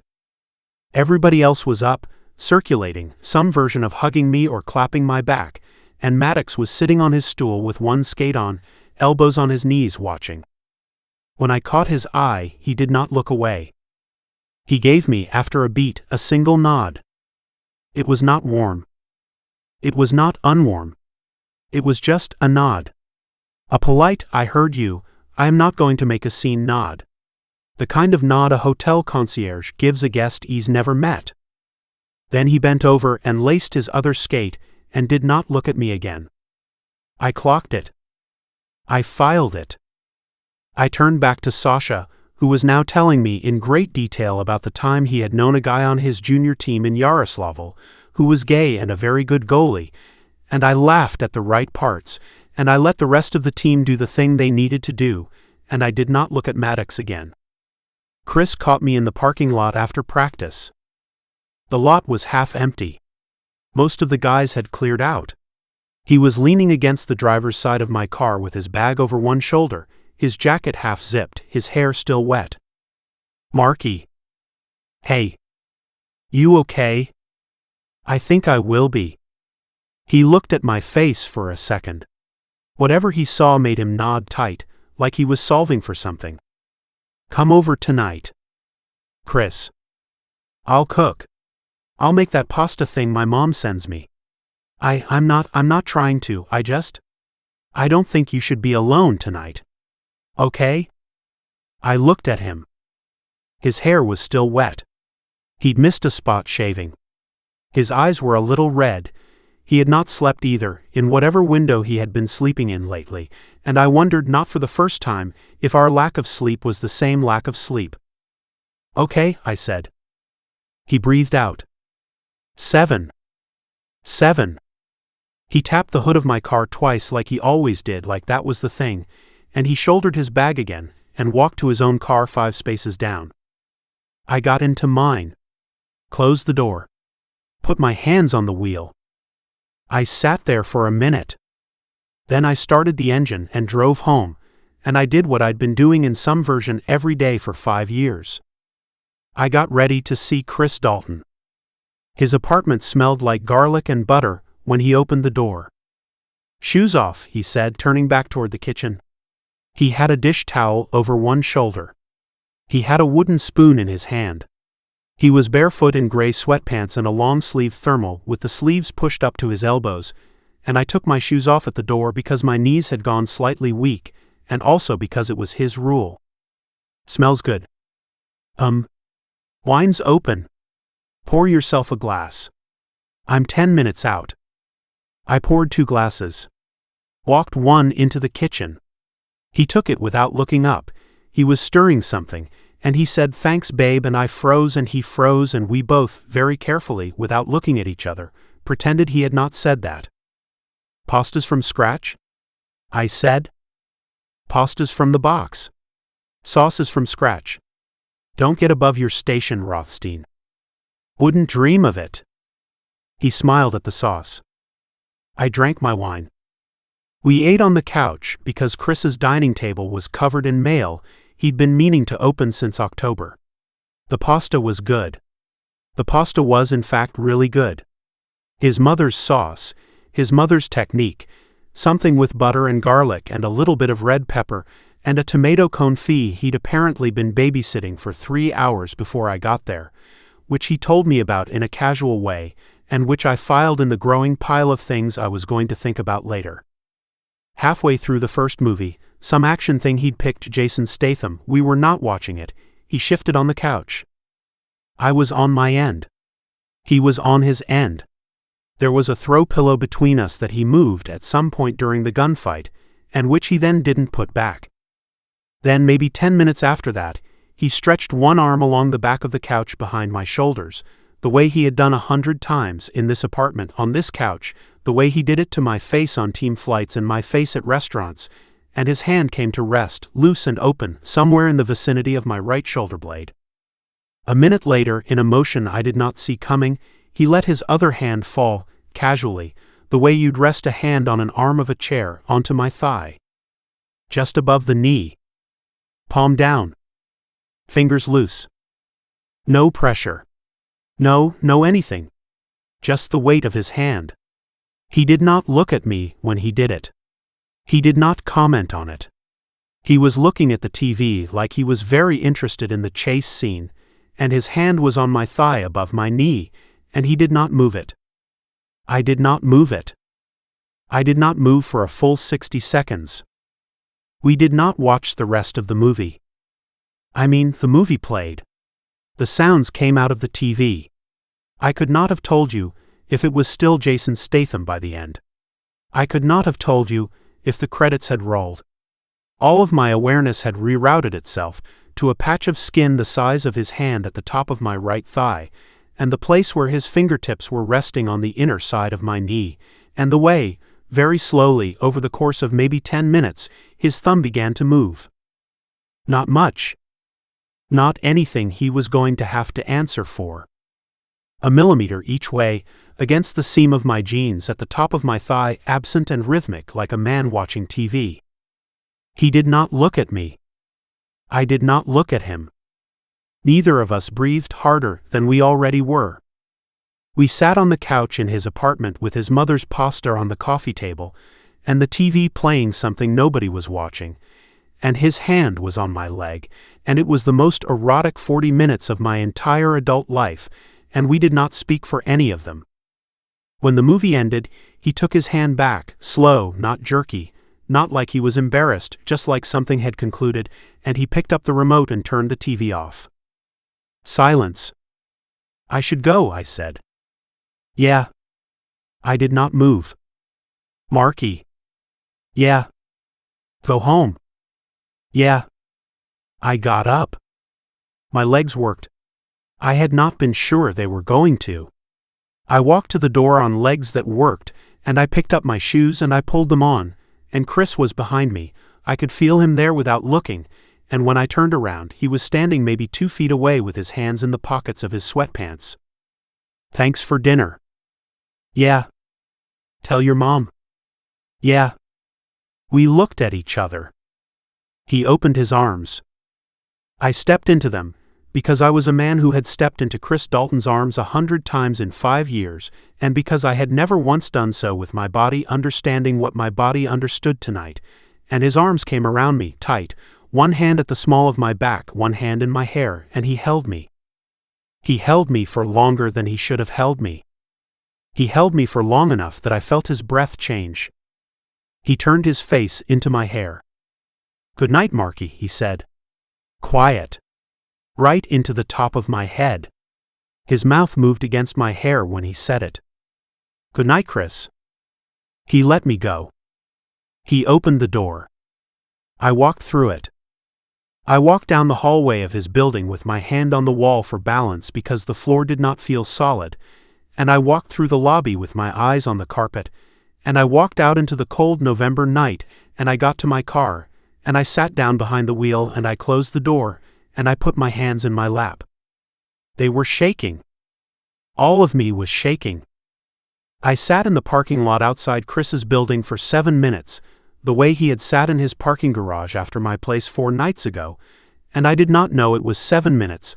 I found out later, looking at the clock on the car when I finally turned the key, and I breathed in for 4 and out for 8 and for 4 and for 8 until my hands came back under my own control. Then I drove home. My thigh, where he had rested his hand, was still warm. I could still feel the shape of him. I drove home through the quiet city, and I understood, clean as Belanger's speech 3 days ago, clean as I can't do this anymore at 5 in the morning a week ago, that whatever was happening between us, whatever Chris was letting himself feel, whatever I was letting myself feel back, we were not going to be able to not do anything about it for very much longer. The hand on the thigh had been the beginning of something. We both knew it. Neither of us had said it. But when I got home that night and I pulled off my jeans and I stood in my bathroom with the light off and I pressed my own palm to the place where his hand had been, the exact square inch, the exact warmth, I knew. I knew, the way I had known standing in the hallway at 20 years old. I knew, the way I had known at the window at 5 a.m. I knew. And this time, for the first time in my whole life, I was not afraid of what I knew. I was just tired of waiting for it. Chapter 7. The Problem. Chris. I got myself off in the shower thinking about Mark Rothstein, and I did not even have the decency to be a little bit ashamed about it until after I'd come. It had started out as a normal shower. I had come home from the rink at 9. I had put the leftover pasta in the fridge. I had cleaned up the kitchen. I had walked around my apartment for 20 minutes in a t-shirt and sweats doing small pointless tasks, straightening a throw pillow, moving a book from the coffee table to the bookshelf, checking and rechecking the lock on the door, because I had known, somewhere in the back part of my head where I had been avoiding living since Sunday night, that I was going to have to go shower soon, and I had been having complicated feelings about that. At 9:30, I had run out of things to straighten. I had gone into the bathroom. I had turned the water on. I had gotten in. And it had been a normal shower for about 45 seconds, which was how long it took me to soap up my chest and rinse off, and then I had, stupidly, lazily, with no discipline at all, let my mind go where it had been trying to go all evening, which was back to my couch 3 hours earlier with my hand on the top of Mark Rothstein's thigh for 40 minutes, and the warmth of his jeans under my palm, and the way his breath had gone very shallow and stayed that way, and the way my thumb had started moving on its own. I got hard in about 20 seconds. I put one hand flat against the tile to steady myself, and I thought distantly, through the roar of the water in my ears, well, there's that. I had been hard earlier tonight. I knew I had been hard earlier tonight. I had been sitting next to him on a couch with my hand on his leg for the better part of an hour, and of course I had been hard, and I had been carefully not acknowledging it, the way I had been carefully not acknowledging every other piece of evidence my body had been entering into the record since Thursday night. But now, in the shower, alone, at 9:31 in the evening, there was no one to pretend to. There was no thigh to pretend wasn't under my hand. There was just me, and the tile, and the water, and my dick, and the sudden awful vivid clarity of what my brain wanted to think about if I stopped stopping it. I stopped stopping it. I thought about him on my couch. I thought about him on his back on my couch, hair against the armrest, t-shirt pushed up, jeans unbuttoned under my hand. His chest, the lean line of it, the thin dark hair across the center of it, rising and falling too fast. His face, that careful, deliberate face that had been practiced in front of a mirror for 10 years, cracking. Coming apart. The mouth opening. The measured voice going reedy. His hand fisting in the back of my t-shirt the way it had when he'd been crying 4 nights ago, except this time not crying. This time making a different sound. This time whimpering, and the word landed in my head and my hand was already moving and I couldn't stop it. I thought about my mouth on him. I had never thought about my mouth on a man before. Not once. Not ever. I was 27 years old, and I had gone 27 years without thinking about my mouth on another man's anything, and now I was standing in my own shower with my forehead against the tile, and I was thinking about it, in specific, horrifying, full-color detail, what his skin would taste like, what weight he'd make in my hand, what noise he'd make when I went down on him the first time, the way his hands would go into my hair, whether he'd try to be polite about it, or whether the mask would break for real and he'd actually fuck my mouth. I thought about that. I thought about Mark Rothstein grabbing the back of my head and fucking my mouth. I came so hard my knees almost went out. I put my other hand on the tile. I stood there with the water running down my back, and my forehead against the cold, and my whole body shaking from what had, objectively, been the most intense orgasm of my 27 years of life, and I said out loud to the bathroom wall, Oh, oh no. I sat on the floor of the shower with the water still running. I sat there for maybe 8 minutes.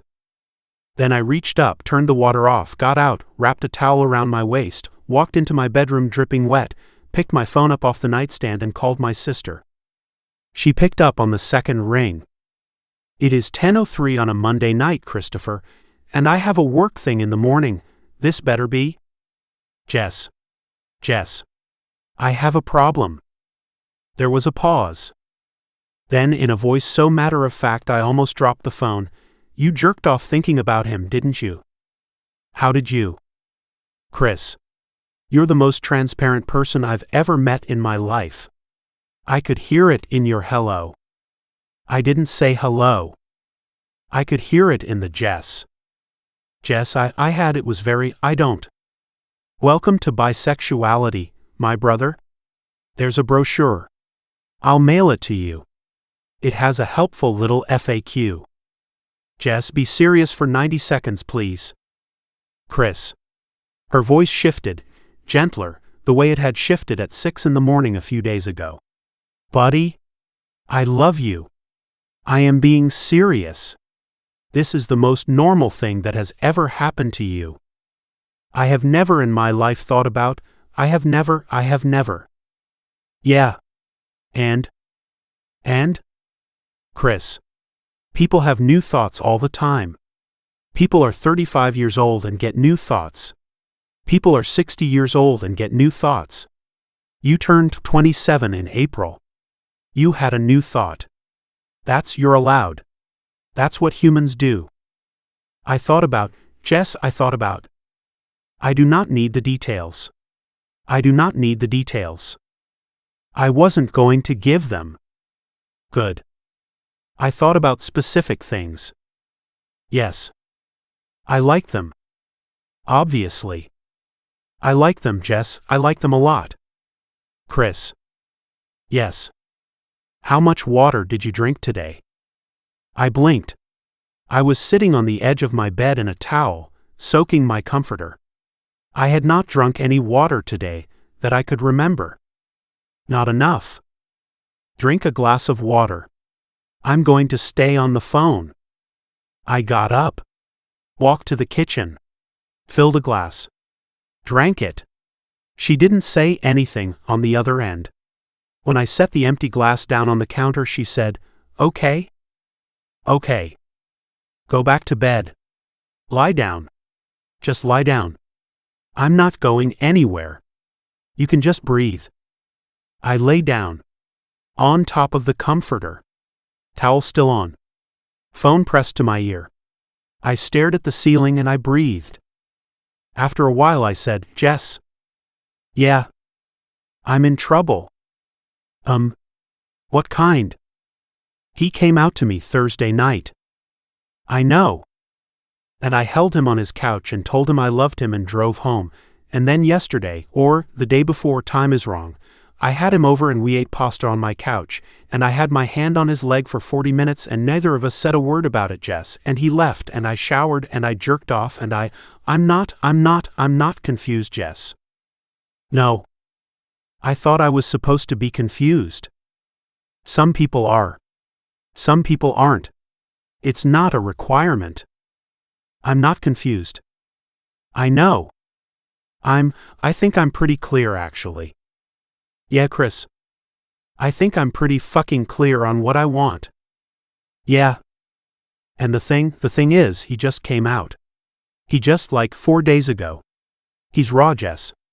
He trusted me. I can't just. Take a breath. I took a breath. Okay. Listen, Chris. I'm not going to tell you what to do.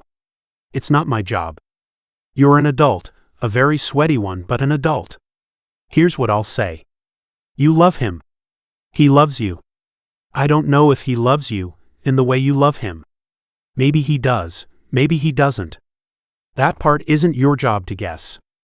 Your job is, your only job, right now, tonight, tomorrow, is to decide whether you can sit on this for 6 months while he figures out the rest of his life, and whether sitting on it is going to make you weird and distant and avoidant, and whether that's going to hurt him more or less than telling him.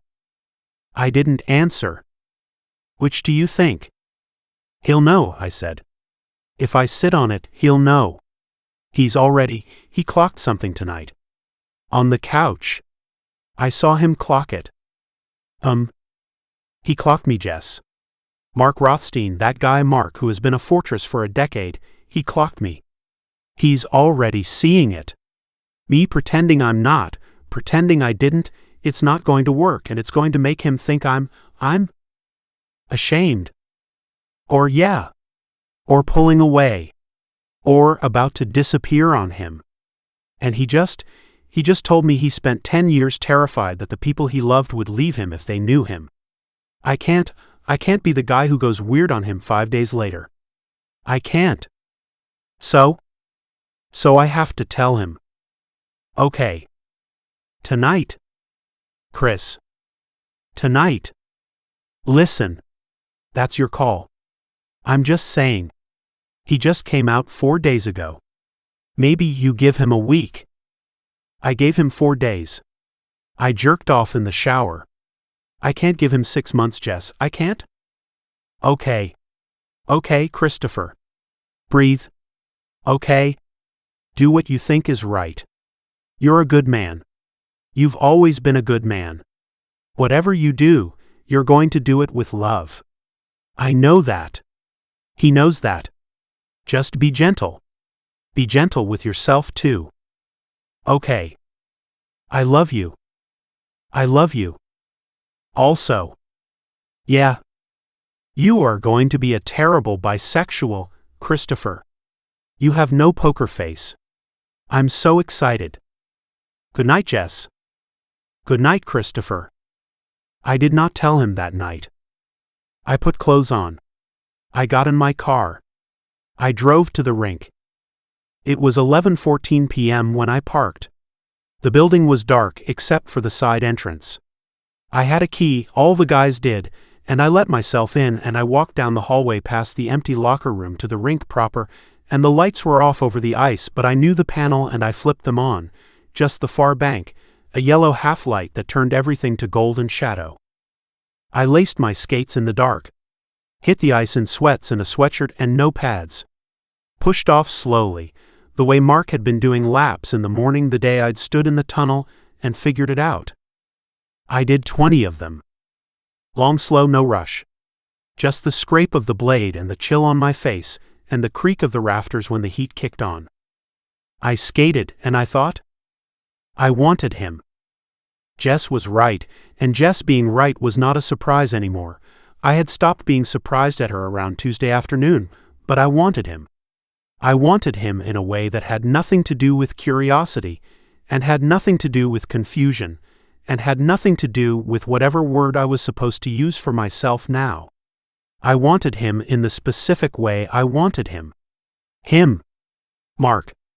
The person who had sat on a bathroom floor next to me in Edmonton for 2 hours with his hand on my back. The person who was the only guy on the team besides me who got the real joke out of Sasha. The person who had cried into my t-shirt 4 nights ago and had made a sound I had heard inside my own ribs. I wanted him. I was not going to unwant him. Jess had said give him 6 months, and I had heard the wisdom in it, and I knew, standing on my own skates in a dark rink at 11:30 at night, that I was not going to be able to give him 6 months. I wasn't even going to be able to give him 6 days.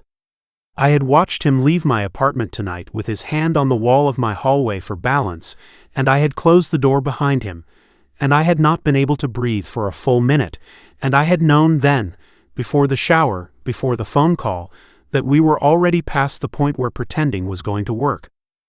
I had a choice. I could sit on it and watch him read the not sitting on my face for the rest of our lives. Or I could tell him, clean, the way he had told me. Give him the words. Not ask him for anything. Just give him the truth, the way he had given me the truth, and let him do what he needed to do with it. The second one was not even a choice. The second one was the only choice. Because here was the other thing I was figuring out, gliding in long lazy circles under the yellow half-light at 11:43 on a Monday night. Mark had done the hardest version of it. Mark had been sitting on the weight of this for 10 years, and he had, 3 days ago, put it down in front of me on his own couch with his face in his hands. And it had cost him a sleepless week, and a concussion, and every ounce of his courage. And now I was sitting here, 5 days later, having figured out a much smaller, much easier version of the same kind of truth, and thinking about lying to him about it to keep him comfortable? That wasn't love. That was cowardice dressed up in I'm protecting him clothes. Mark had given me the truth at great cost. The least I could do was give him mine. I stopped at center ice. Stood there breathing in the cold. Watching my breath. I looked at my watch. 11:58. Too late tonight. Tomorrow. Tomorrow night, after practice, after he'd had a day, after his adrenaline from the coming out thing had settled again, I'd go over. I wouldn't text first. I wouldn't give him warning. I'd just drive over and ring the bell, the way he'd asked me to come over and listen 4 nights ago.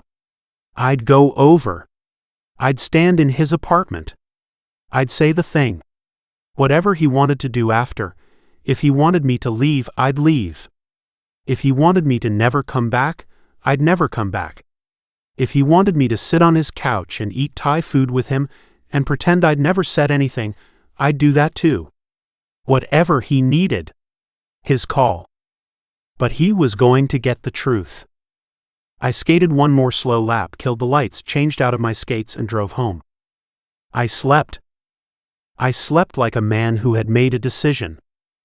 I slept for 8 hours and I woke up at 7:59 to my alarm, and I thought before I thought anything else, before I was even fully conscious, tonight. Tonight. I'd do it tonight. And in the dark of my bedroom, my face still half buried in the pillow on top of a folded t-shirt that still smelled very faintly of cedar shampoo, I smiled. Chapter 8.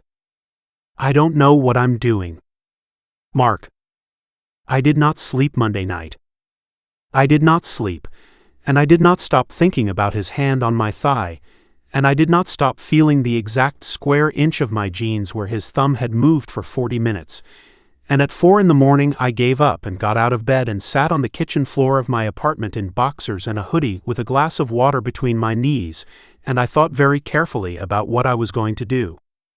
The answer at 4 a.m. was nothing. The answer at 5 a.m. was I'm going to text him. The answer at 5:40 was I'm not going to text him, I'm going to wait. The answer at 7, when my alarm went off and I hadn't slept, and I looked in the mirror and my eyes were the color of raw ham, was he started it, he'll finish it, all I have to do is not make this any worse than I've already made it. I went to practice. I did not look at him, and I did not look at him, and I held my face at precisely the angle that had kept me alive for 10 years. I skated my drills. I did my reps. I did not stand near him. I did not avoid standing near him. Coach at one point said Rothstein, Dalton, work the breakout, and we worked the breakout, and he passed me a puck, and I took it without looking at his hand, and he did not say anything, and I did not say anything, and somewhere in my chest a rib was cracking in very slow motion. In the locker room after, he said, see you tomorrow. I said, yeah. He said, drive safe. I said, yeah. He left. I changed. I drove home. That was Tuesday morning. The rest of Tuesday was a war. I ate a sandwich I did not taste. I watched 3 minutes of a show and turned it off. I walked around my apartment for an hour and a half, picking things up and putting them back down. I stood at my bedroom window and watched the light change over the building across the street, and I thought about the shape of his hand, and I thought about the warmth of his breath against my hair at the door on Monday night, and I thought about the thumb at the seam of my jeans, and I thought, and I thought, and I thought, and I had unambiguously not been this stupid about another person since I was 16 years old in a cabin in Manitoba. At 6 I ordered dinner I didn't eat. At 7, I opened a bottle of wine. At 8:30 I was 2 glasses in, and I had decided, with the clarity and commitment of a man who had made this exact decision 4 times already today and reversed it 4 times, that I was going to text him in the morning and suggest we talk about what had happened on Monday night, like adults, like grown professionals, like men who had known each other for 5 years and could handle a difficult conversation without losing their minds. I set the phone face down on the kitchen counter. I picked the glass of wine back up. At 9:02 p.m., the buzzer went. I looked at the intercom. I looked at the intercom for a long beat, because I had not ordered delivery, and because no one ever came to my apartment at 9 p.m. on a Tuesday without texting first except one person, and that person had said, "See you tomorrow in a locker room," 11 hours ago. I walked to the intercom. I pressed the button. "Yeah. It's me." I closed my eyes. I opened them. I buzzed him up. Then I turned very carefully and walked to my bathroom, and I splashed water on my face, and I looked at my face in the mirror, and my face had gone white under the eyes, and I thought distantly, "Okay, Rothstein, this is it, this is the thing. Don't throw up, don't throw up, don't throw up." And then the knock came at the door, and I walked across the apartment on legs that did not entirely belong to me, and I opened it. Chris was standing in my hallway. He had not shaved. He was in jeans and the Rangers t-shirt from the night he'd brought Thai food. His hair was a mess. He had his keys in one hand, his phone in the other, and he was not smiling. He was not anything. His face was entirely empty of the performance he did with other people, and when I opened the door, his eyes went straight to my face and stayed there, and he did not move from the hallway. "Hi. Hi. Can I come in?" "Yeah." I stepped back. He came in. He walked past me into the living room without taking his shoes off, and then he stopped, turned around, walked back, and took his shoes off at the door like a man who had remembered he was a guest. He did not sit down. He walked past me into the kitchen. He stood at the island. He put both hands on the counter. He looked at the hands. Then he started to pace, not frantic, not big, just a slow 5-step circuit between the oven and the dishwasher and back, and he did not look at me. I stayed in the entryway for a second. Then I followed him. I leaned against the kitchen doorway with my arms crossed over my chest because if I didn't put them somewhere they were going to start shaking, and I watched him pace in my kitchen in socks, and I waited. "Marky." "Yeah." "I'm going to say something." "Okay." "And you're going to think I'm losing my mind." "Okay." "You're going to, you might, I don't know what you're going to, look." He stopped pacing. Turned to face me. Put both hands in his hair. Left them there. His elbows were up around his ears. It should have been funny. It was not funny. His eyes on my eyes were not funny at all. "I drove home from your place on Thursday night, after the thing on your couch, and I got home and I took my shirt off and I folded it and I put it under my pillow because it smelled like your shampoo, and I have slept on it every night since, and that is just where we are right now. I am telling you that first so you can do the math on where the rest of it is going." I did not say anything. I could not. "I am in love with you." He said it into the kitchen. Flat. Clean. The way a man says a thing he has rehearsed in a dark rink at midnight and decided to commit to. "I think I have been for a while. I think I've been in love with you for years, and I thought what it was something else, was friendship, was brotherhood, was whatever stupid thing I kept calling it. And then you sat me down on Thursday night and you trusted me with the truth, and something in me fucking cracked, Marky, and I drove home and I figured it out and I talked to Jess." "Jess?"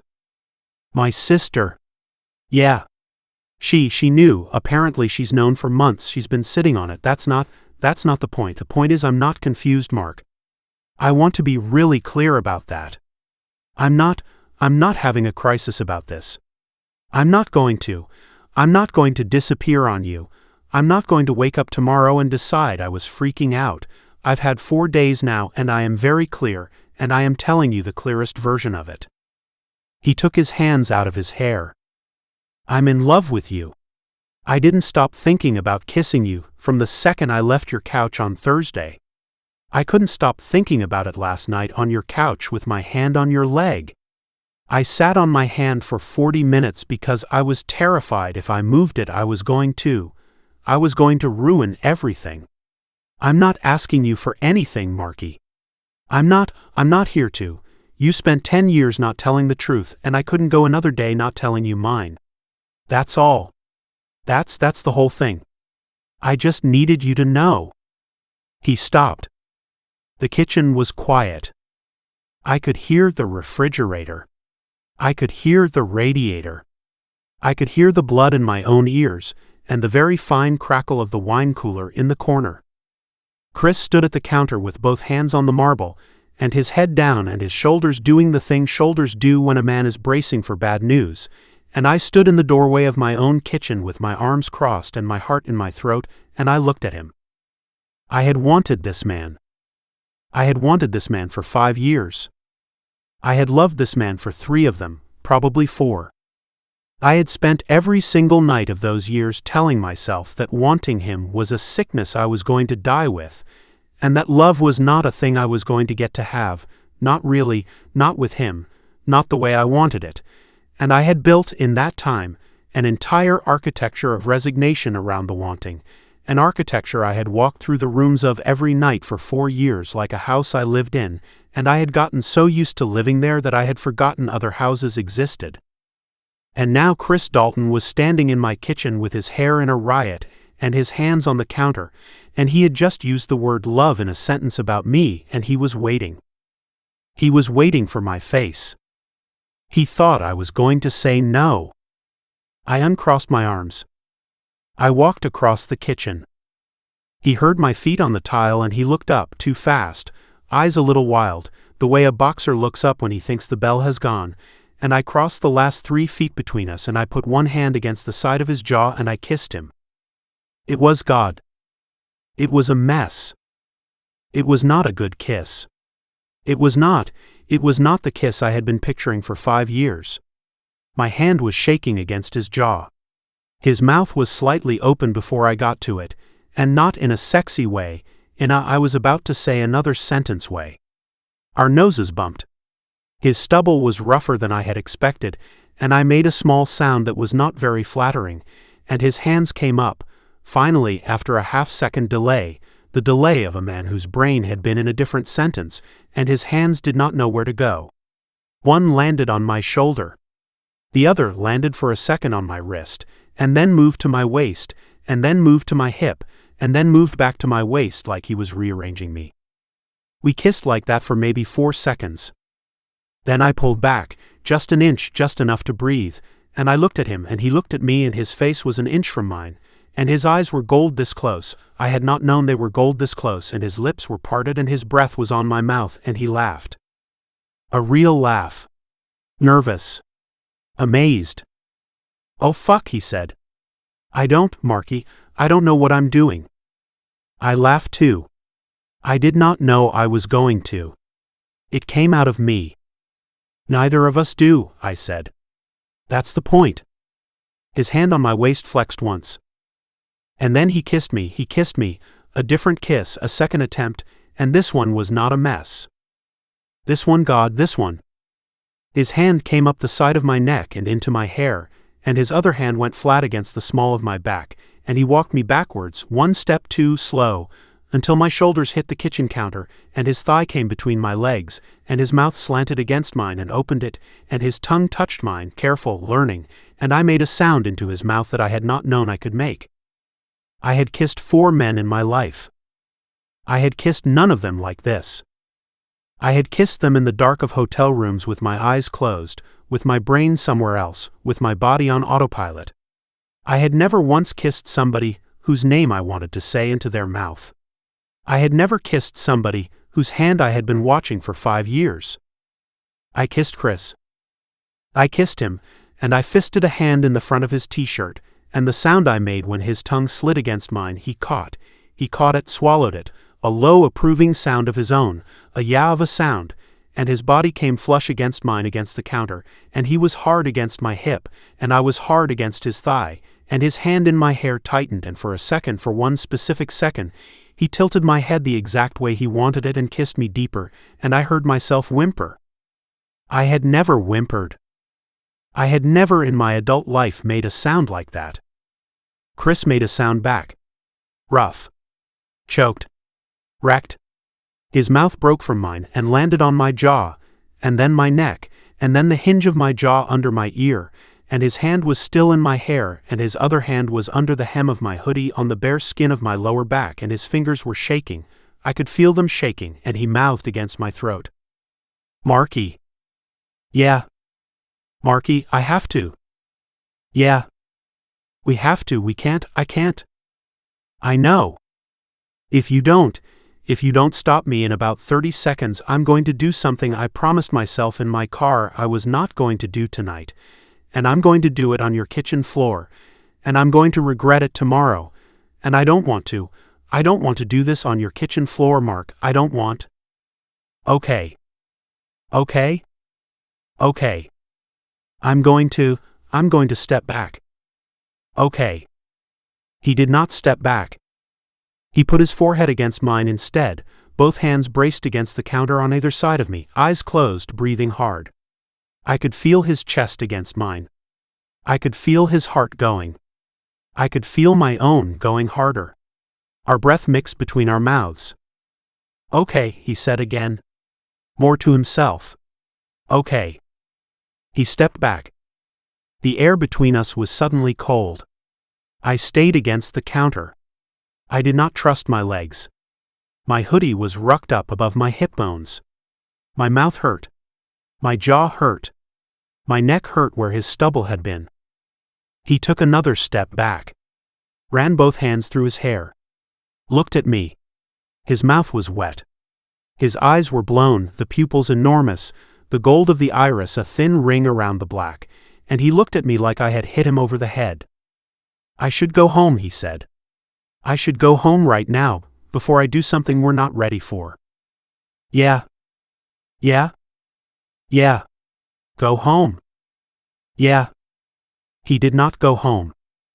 He walked back to me 2 steps, and he cupped my face in both hands and he kissed me once more, slow, closed-mouthed, the kiss of a man putting a seal on something, and then he stepped back, properly back, and he walked to the door. I followed him, at a distance. At the door, he put his shoes on. His hands were still shaking. He got the left one on, and then the right one on. He stood up. He turned to me. Tomorrow, he said. Tomorrow. You're going to think about this tonight, and you're going to talk yourself out of it. I know you. Don't? Please don't. I'll come over tomorrow night. Any time you say. We can go slow. We can go as slow as you need. I'm not going to, just don't talk yourself out of it, Marky. Please. I'm not going to. Yeah? I'm not. He looked at me. He kissed me again. Soft. At the door. Like a ritual. Good night, Marky. Good night, Chris. He opened the door, stepped through, closed it behind him. I heard him walk down the hall. I heard the elevator ping. I heard the doors close. I heard the machinery of the building take him away. And then I leaned my forehead against the closed door of my own apartment, and I stood there with my hands flat against the wood, and I breathed. I breathed in for 4 and out for 8. I breathed in for 4 and out for 8. I breathed in for 4 and out for 8. The apartment was silent around me. The wine was still open on the counter. The kitchen still smelled very faintly of him, of whatever he'd been using for deodorant, of the stupid sandalwood soap his sister had bought him for Christmas, of my own skin where his mouth had been. I reached up slowly. Touched my mouth with my fingertips. My mouth was swollen. Warm. He had kissed me. He had kissed me. Chris Dalton had kissed me in my kitchen against my counter, and he had made me whimper into his mouth, and he had He had had to put his forehead against mine and breathe because he had not trusted himself to step back, and he had called me Marky against my throat in a voice I had never heard him use before, and he had said in my kitchen, "I am in love with you." I slid very slowly down the back of my own apartment door until I was sitting on the floor of my entryway with my knees up and my forehead on my knees, and I did not cry, and I did not laugh, and I did not do anything. I just sat there on the floor, breathing in for 4 and out for 8, for what turned out when I finally looked at my phone to be 11 full minutes. When I finally got up, I walked to the kitchen. I picked up my phone from the counter. I opened the thread with him. I typed, "I'm not going to talk myself out of it." The 3 dots started almost immediately. Good. I was worried the whole way down in the elevator. "I love you." I stood in my kitchen, and I read the 4 words on the screen, and I set the phone face down on the marble, and I covered my mouth with both hands, and for the first time in 10 years I cried because I was happy. Chapter 9. Tomorrow. Chris. I woke up on Wednesday morning grinning at my ceiling, like a man who had lost some kind of important faculty overnight. I had not made it to the bed. I had come home from Mark's at 11 Tuesday night, dropped my keys in the bowl, walked to the couch, fallen face down, and slept 11 hours in jeans and the Rangers t-shirt. I woke up at 10 a.m. to a text from my mother, "Honey, are you alive?" And I lay there face up on my couch, looking at the cracks in my living room ceiling, and I thought, with the clarity of a man who had put in a good night's sleep for the first time in 2 weeks, I kissed Mark Rothstein last night. I said it out loud just to hear it. I kissed Mark Rothstein last night. My ceiling did not fall in. My couch did not spit me onto the floor. The sun kept coming through the window, exactly the way it had been coming through the window 5 minutes ago. I said it again, louder. I kissed Mark Rothstein against his own kitchen counter last night, and he whimpered into my mouth. My phone buzzed. I scrambled for it. It was from Jess. How did it go? I typed back, "Which time?" "What do you mean, which time?" "Jess'd say more, but you're my sister." Christopher. I am smiling so hard my face hurts, Jess. Christopher. I have to go. Christopher Dalton, you cannot do this to me. I put the phone face down on my chest. I closed my eyes. I lay on my couch in the mid-morning sun with a grin I could not get rid of, and I thought for the first time in maybe a week, no, more than that, much more than that, maybe the first time in years, I am a man having a very good day. Practice was torture. Practice was the most beautiful torture I had ever been put through in my life. I got to the rink at 11:15. Mark was already there, taping his stick at his stall. He did not look up when I walked in. He did not look up when I said, "Morning, boys," to the room.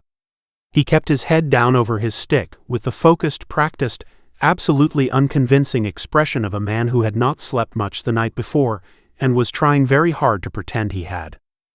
I sat down at my own stall, 3 spots from his.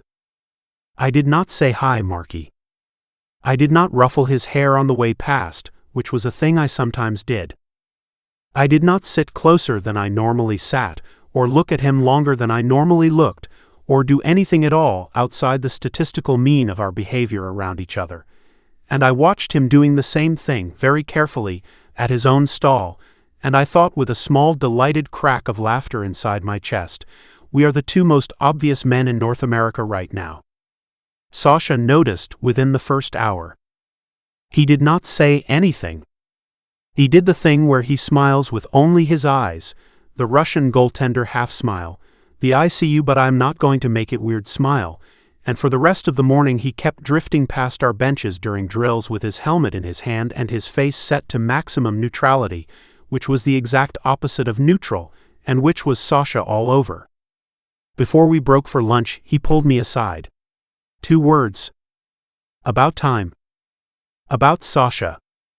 I have been waiting. 5 years. You are welcome. And then he walked away chewing an energy bar. Hayes was the other person who knew within the first practice. He did not pull me aside. He did not say anything. At one point doing a breakout drill, he passed me the puck and he said very quietly as I skated past, "Drinks still on Saturday. Bring him," and skated off. I did not answer. I did not need to. I went home that night, and I ate leftovers alone in my apartment because I had decided on the drive home that I was not going to go over to his place every night of the first week like a man who had lost his grip entirely. I was going to give him space. I was going to be cool. I was going to give him, what was the word, room. At 10:45, he texted me.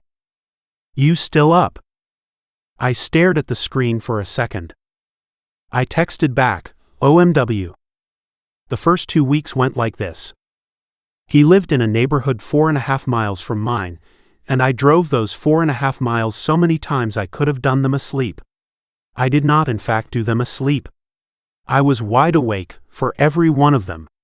I drove them with my hands loose on the wheel and the music off and the windows cracked, and I thought every time, I'm going to see him, the way I had thought it 1,000 times before for 5 years, but with a new little hum under the words, a hum that said, "And this time he knows and I know and he's waiting." I learned his apartment. I had known his apartment for 3 years. I had eaten dinner in his kitchen. I had fallen asleep on his couch.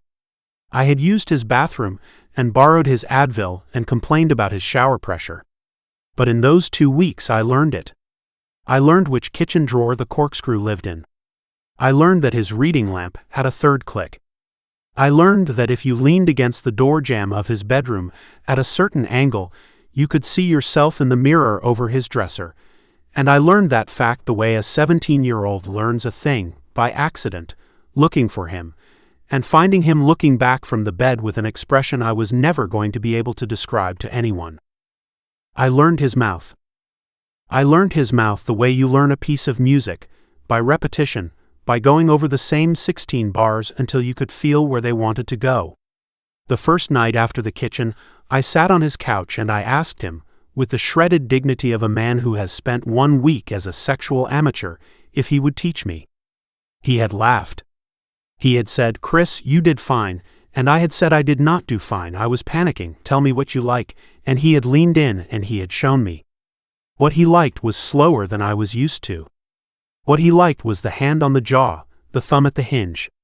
What he liked was teeth on the lower lip, gentle, almost nothing. What he liked I found out on a Thursday night on his couch at 11 p.m. with my thumb at the hinge of his jaw, and my teeth very lightly set on his lower lip, was me. I learned him in other ways. I learned that the piece of skin just under his jaw, on the left side, right where the pulse came up into his throat, that was a button.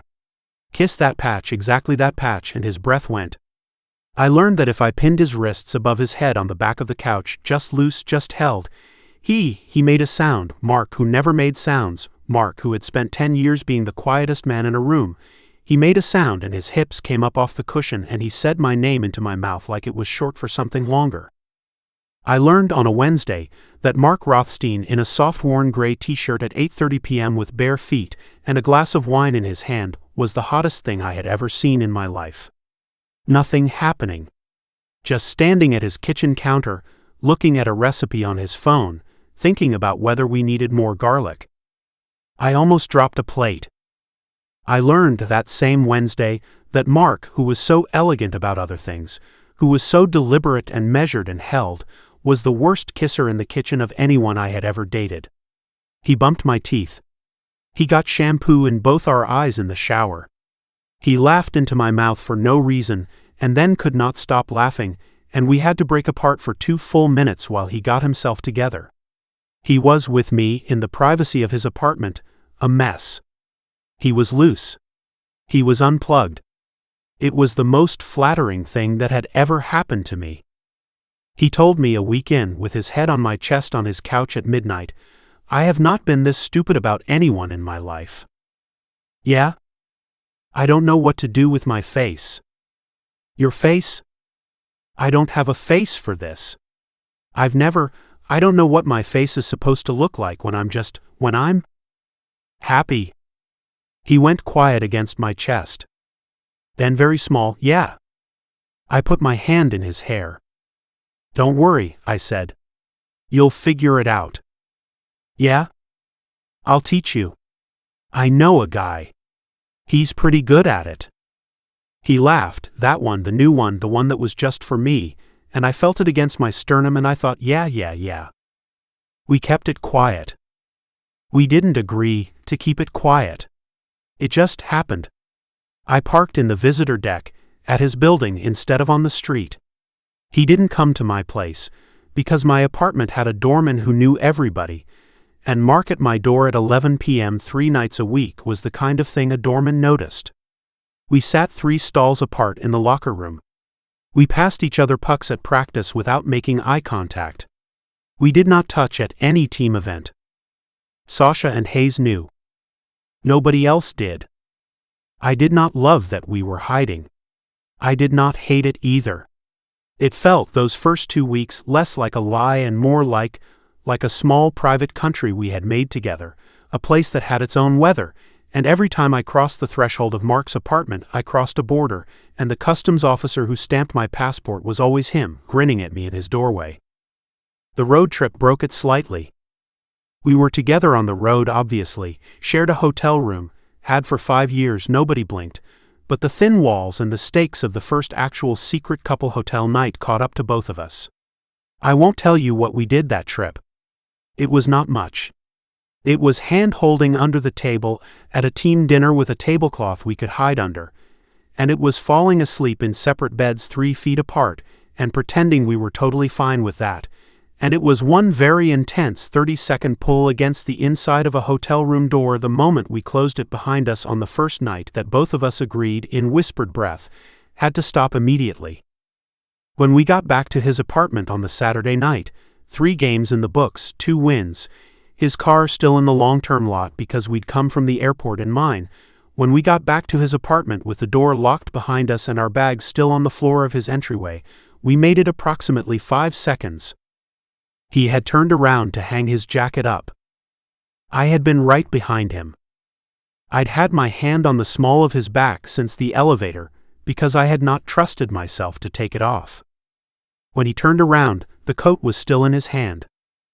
I took the coat out of his hand. I dropped it on the floor. I walked him backwards 3 steps into the wall of his entryway, and I put both hands flat against the dry wall on either side of his head, and I kissed him like a man who had been in a hotel room, 3 feet across from his boyfriend for 3 nights of no touching. He made the sound. The sound. The one from the kitchen the first night, the one I had learned to hunt for.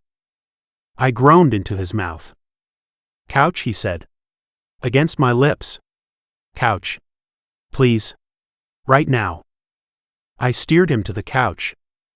I steered him to the couch with my mouth still on his and his hands in the front of my shirt, and when the backs of his knees hit the cushion I pushed him, gently, not sure, down onto his back, and I followed him down, and my knee came between his thighs, and he made a sound I had not heard before that went directly into the base of my spine. Is this okay? I said. It came out rough. Yeah. Hands okay? Yeah, Chris. Tell me if anything isn't. Chris. Yeah. I'll tell you. Come here. I came there. I kissed him. I kissed him differently than I had ever kissed him because we had 3 nights of not doing this backed up behind my teeth, and my hands went for the first time under his shirt. Bare palm to bare ribs. The skin of his stomach was hot and taut, and I felt his abs jump when I spread my hand flat across them, and he made another sound, and I put my mouth on his throat, the patch, the button, the pulse, and I worked that sound out of him 4 or 5 more times in a row while his hands fisted in the hair at the back of my head and pulled. Yeah, he said. Rough. Wrecked. Chris. God. Yes. Is this okay? It's so okay. Am I doing it right? And he made a sound halfway between a laugh and a moan, and he said, very clear and very close to my ear in a voice I had never heard him use before. God, yes. You're so good. Just like that. Just keep, please don't stop. I am not ashamed to tell you I almost came in my jeans right there. I had wanted things before. I had wanted sex, I had wanted women, I had wanted seconds of pizza. I had never wanted anything the way I wanted the sound of Mark Rothstein saying, "You're so good," against my ear, in the dark of his living room, on a Saturday night in November. I made a noise against his throat that was not a word. My hips pressed down against his without permission. He was hard, so hard, exactly the way I was, and I felt him against my stomach through both our jeans, and I lost my fucking mind. His hands moved to my belt. Mine moved to his. I was working the buckle with one hand and kissing him and telling him, "Yeah, Marky, just like that, you're so good for me, fuck, fuck, fuck," and he was saying things back. I was not going to remember them later. I was not going to remember any of the next 10 seconds the way it happened, because what happened next was my thumb undid the button of his jeans and he arched under me and gasped, and the gasp did something to my brain that was not abstract, that was extremely concrete, that was. I stopped. I put my forehead down on his sternum, and I said, breathing hard, "Fuck. Fuck. Hold on. Chris. Hold on. I need a minute. Chris. I need a minute, baby. If I don't stop, I'm going to do this on your couch in about 40 seconds, and I don't want to. I don't want to do it on the couch. He made a sound of pure anguish. I don't care where we do it. I know. I don't care. I don't care. Chris, please. Marky. I pushed up on my elbows. Looked at him. He was under me, hair a disaster, his shirt shoved up to his ribs, his belt open, his face blown open in a way I had never seen, and I wanted him so badly I was having trouble breathing, and I kissed him soft on the forehead, and I said, "I want to do this right." He made another sound. "I want to think about it. I want to take you to bed properly. Not on the couch, like I'm 17. I want to cook you dinner first. I want to pick the sheets. I want to know what I'm doing before you let me near you. You know what you're doing, Chris." "I do not, Marcus." "Oh my God. I want to do this right. You deserve." He put his hand over my mouth. "You realize," he said, voice cracked, eyes closed, his hand on my lips, "that you are killing me." "Good. Chris. I'm not joking, Marky. I want this to be the thing. I want it to mean the thing it means." He opened his eyes. He looked at me for a long beat. His mouth was a wreck. His throat had a bruise coming up where I had put my teeth. His pupils were blown. And he said very slowly, very carefully, "Saturday night. Saturday. Next Saturday. I'll clear the day. Come over at 6. 6. Don't you dare be late, Dalton." "I won't be late." "And Chris." "Yeah. Bring," his mouth crooked up at one corner, the first real crooked Marky smile I'd seen in a week, pure trouble, pure intent. "Bring whatever you need to bring." I dropped my forehead back down onto his sternum and I laughed. I laughed out loud, helpless, into his ribs, and I said into his shirt, "I love you so much, it is embarrassing." "I love you too." Saturday. Saturday. Okay. Okay. I did not stay the night. I went home because staying would have broken my own rule, and because I knew that if I stayed I was going to cave by 3 a.m., and we were going to end up doing exactly the thing I had just stopped us from doing, and I wanted Saturday. I wanted the ritual of it. I wanted to drive home on the empty roads at 1 a.m. with the heat on and the radio low, and think about him for 6 days. At home in bed, alone, I lay on my back and I thought about it. I thought about what he'd need. I thought about what the first time was supposed to look like. I thought about things I did not know, and things I would have to ask him, and I was going to have to ask him, specifically, because I did not have the first clue, and the last thing I was going to do was let the first time I got Mark Rothstein into bed be the time I fumbled something because I'd been too proud to read a chapter on the internet about it beforehand. I opened my phone. I Googled some things I was not going to tell my sister about. I read for 2 hours. I took notes. This is not a joke. I took actual notes on a Google Doc at 2:30 a.m. the night of November 11th, like a man studying for the most important test of his life, which, as far as I was concerned, I was. I typed the document out. I named it Saturday. I set it to private. I closed the laptop. I went to sleep. I slept like a rock. In 6 days, Saturday night at 6, I was going to walk into Mark Rothstein's apartment with groceries and a plan, and about 9 years of pent-up everything, and I was going to take him to bed. 6 days. I could make it 6 days. Probably. So here's where I leave you. It is 2:30 in the morning. Chris Dalton is in his bed alone. His laptop is open. He has just spent 2 hours Googling things he is not going to tell his sister about.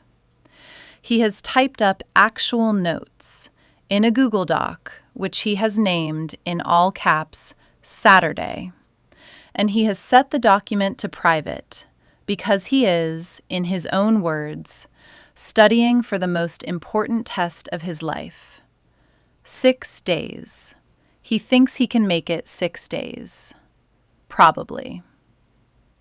If you would like to find out whether Chris Dalton makes it 6 days, and what happens at 6 p.m. on Saturday when Mark Rothstein opens his door, Breaking the Ice is out now in audio, ebook, and paperback. Links are in the description. And if you really want the full picture, you'll find a wedding night bonus chapter on the Fractal Enigma website that is too explicit for retail, also linked below. Next episode, Boss's Perfect Intern by Aurora North. A tightly wound finance VP, her impossibly good intern, and the company retreat where one of them stops pretending. You will not want to miss it. This has been Fractal Enigma Audio Previews. See you next time.